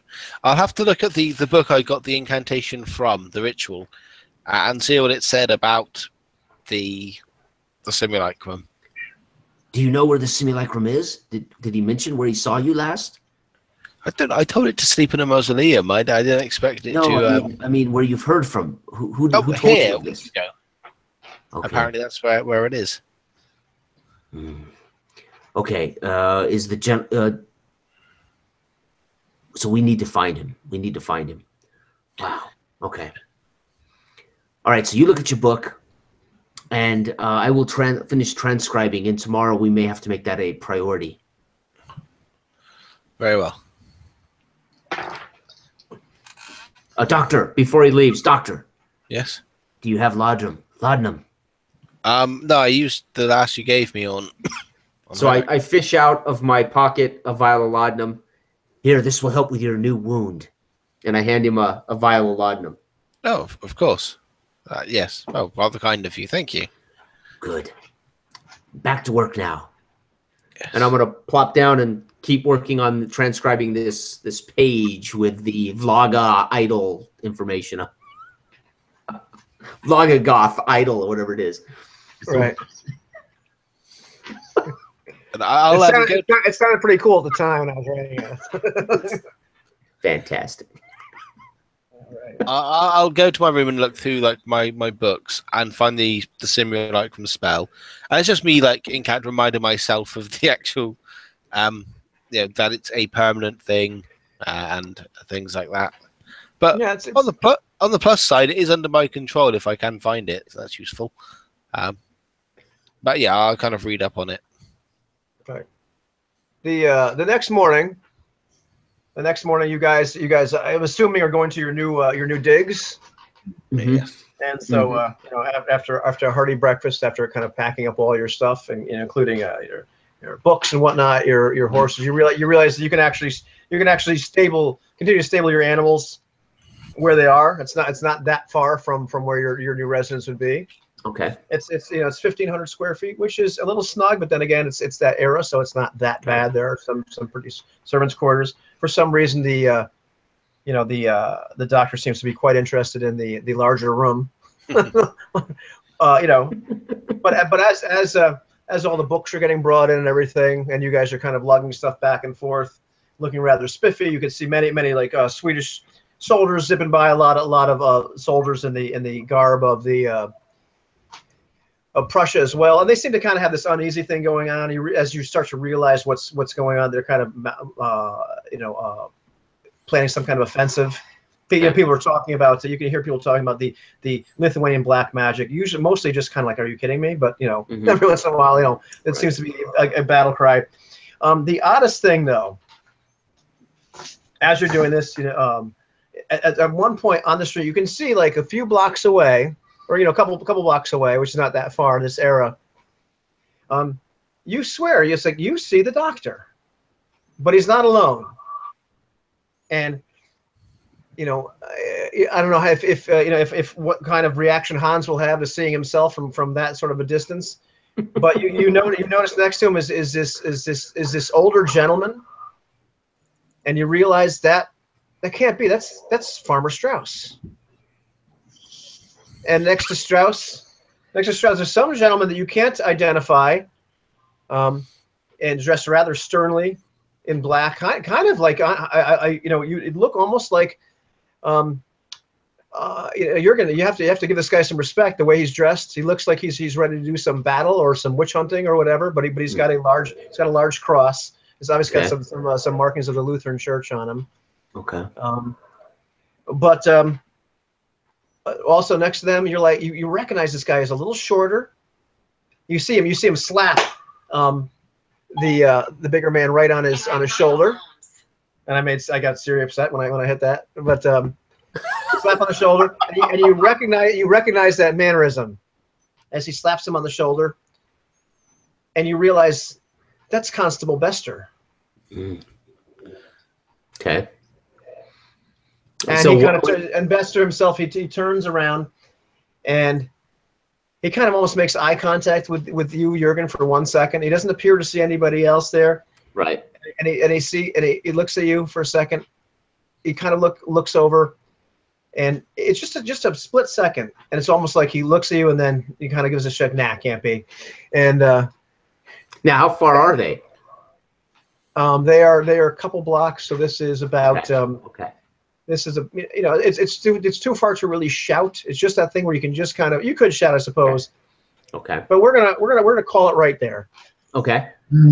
Good. Awesome. By the way, is Heinrich somewhat normal this morning? Yeah. Well, how does Heinrich feel this morning? He seems thoughtful and quiet, but otherwise composed. Is he our normal Heinrich, or is he our brain damaged Heinrich? Out of curiosity. He does not seem brain damaged as when you Okay. first met him, but he is no longer ranting and raving in old ladies' voices. Okay. Good. Awesome. But you can't imagine what that crew is doing here. Constable Bester, Farmer Strauss, some unidentified man. Yeah. And what looks to be the doctor, although he just looks a little bit more bumbling than your regular doctor, if that's even possible. Debatable. Yeah. If that's even possible. Who has now told the constable all of our business?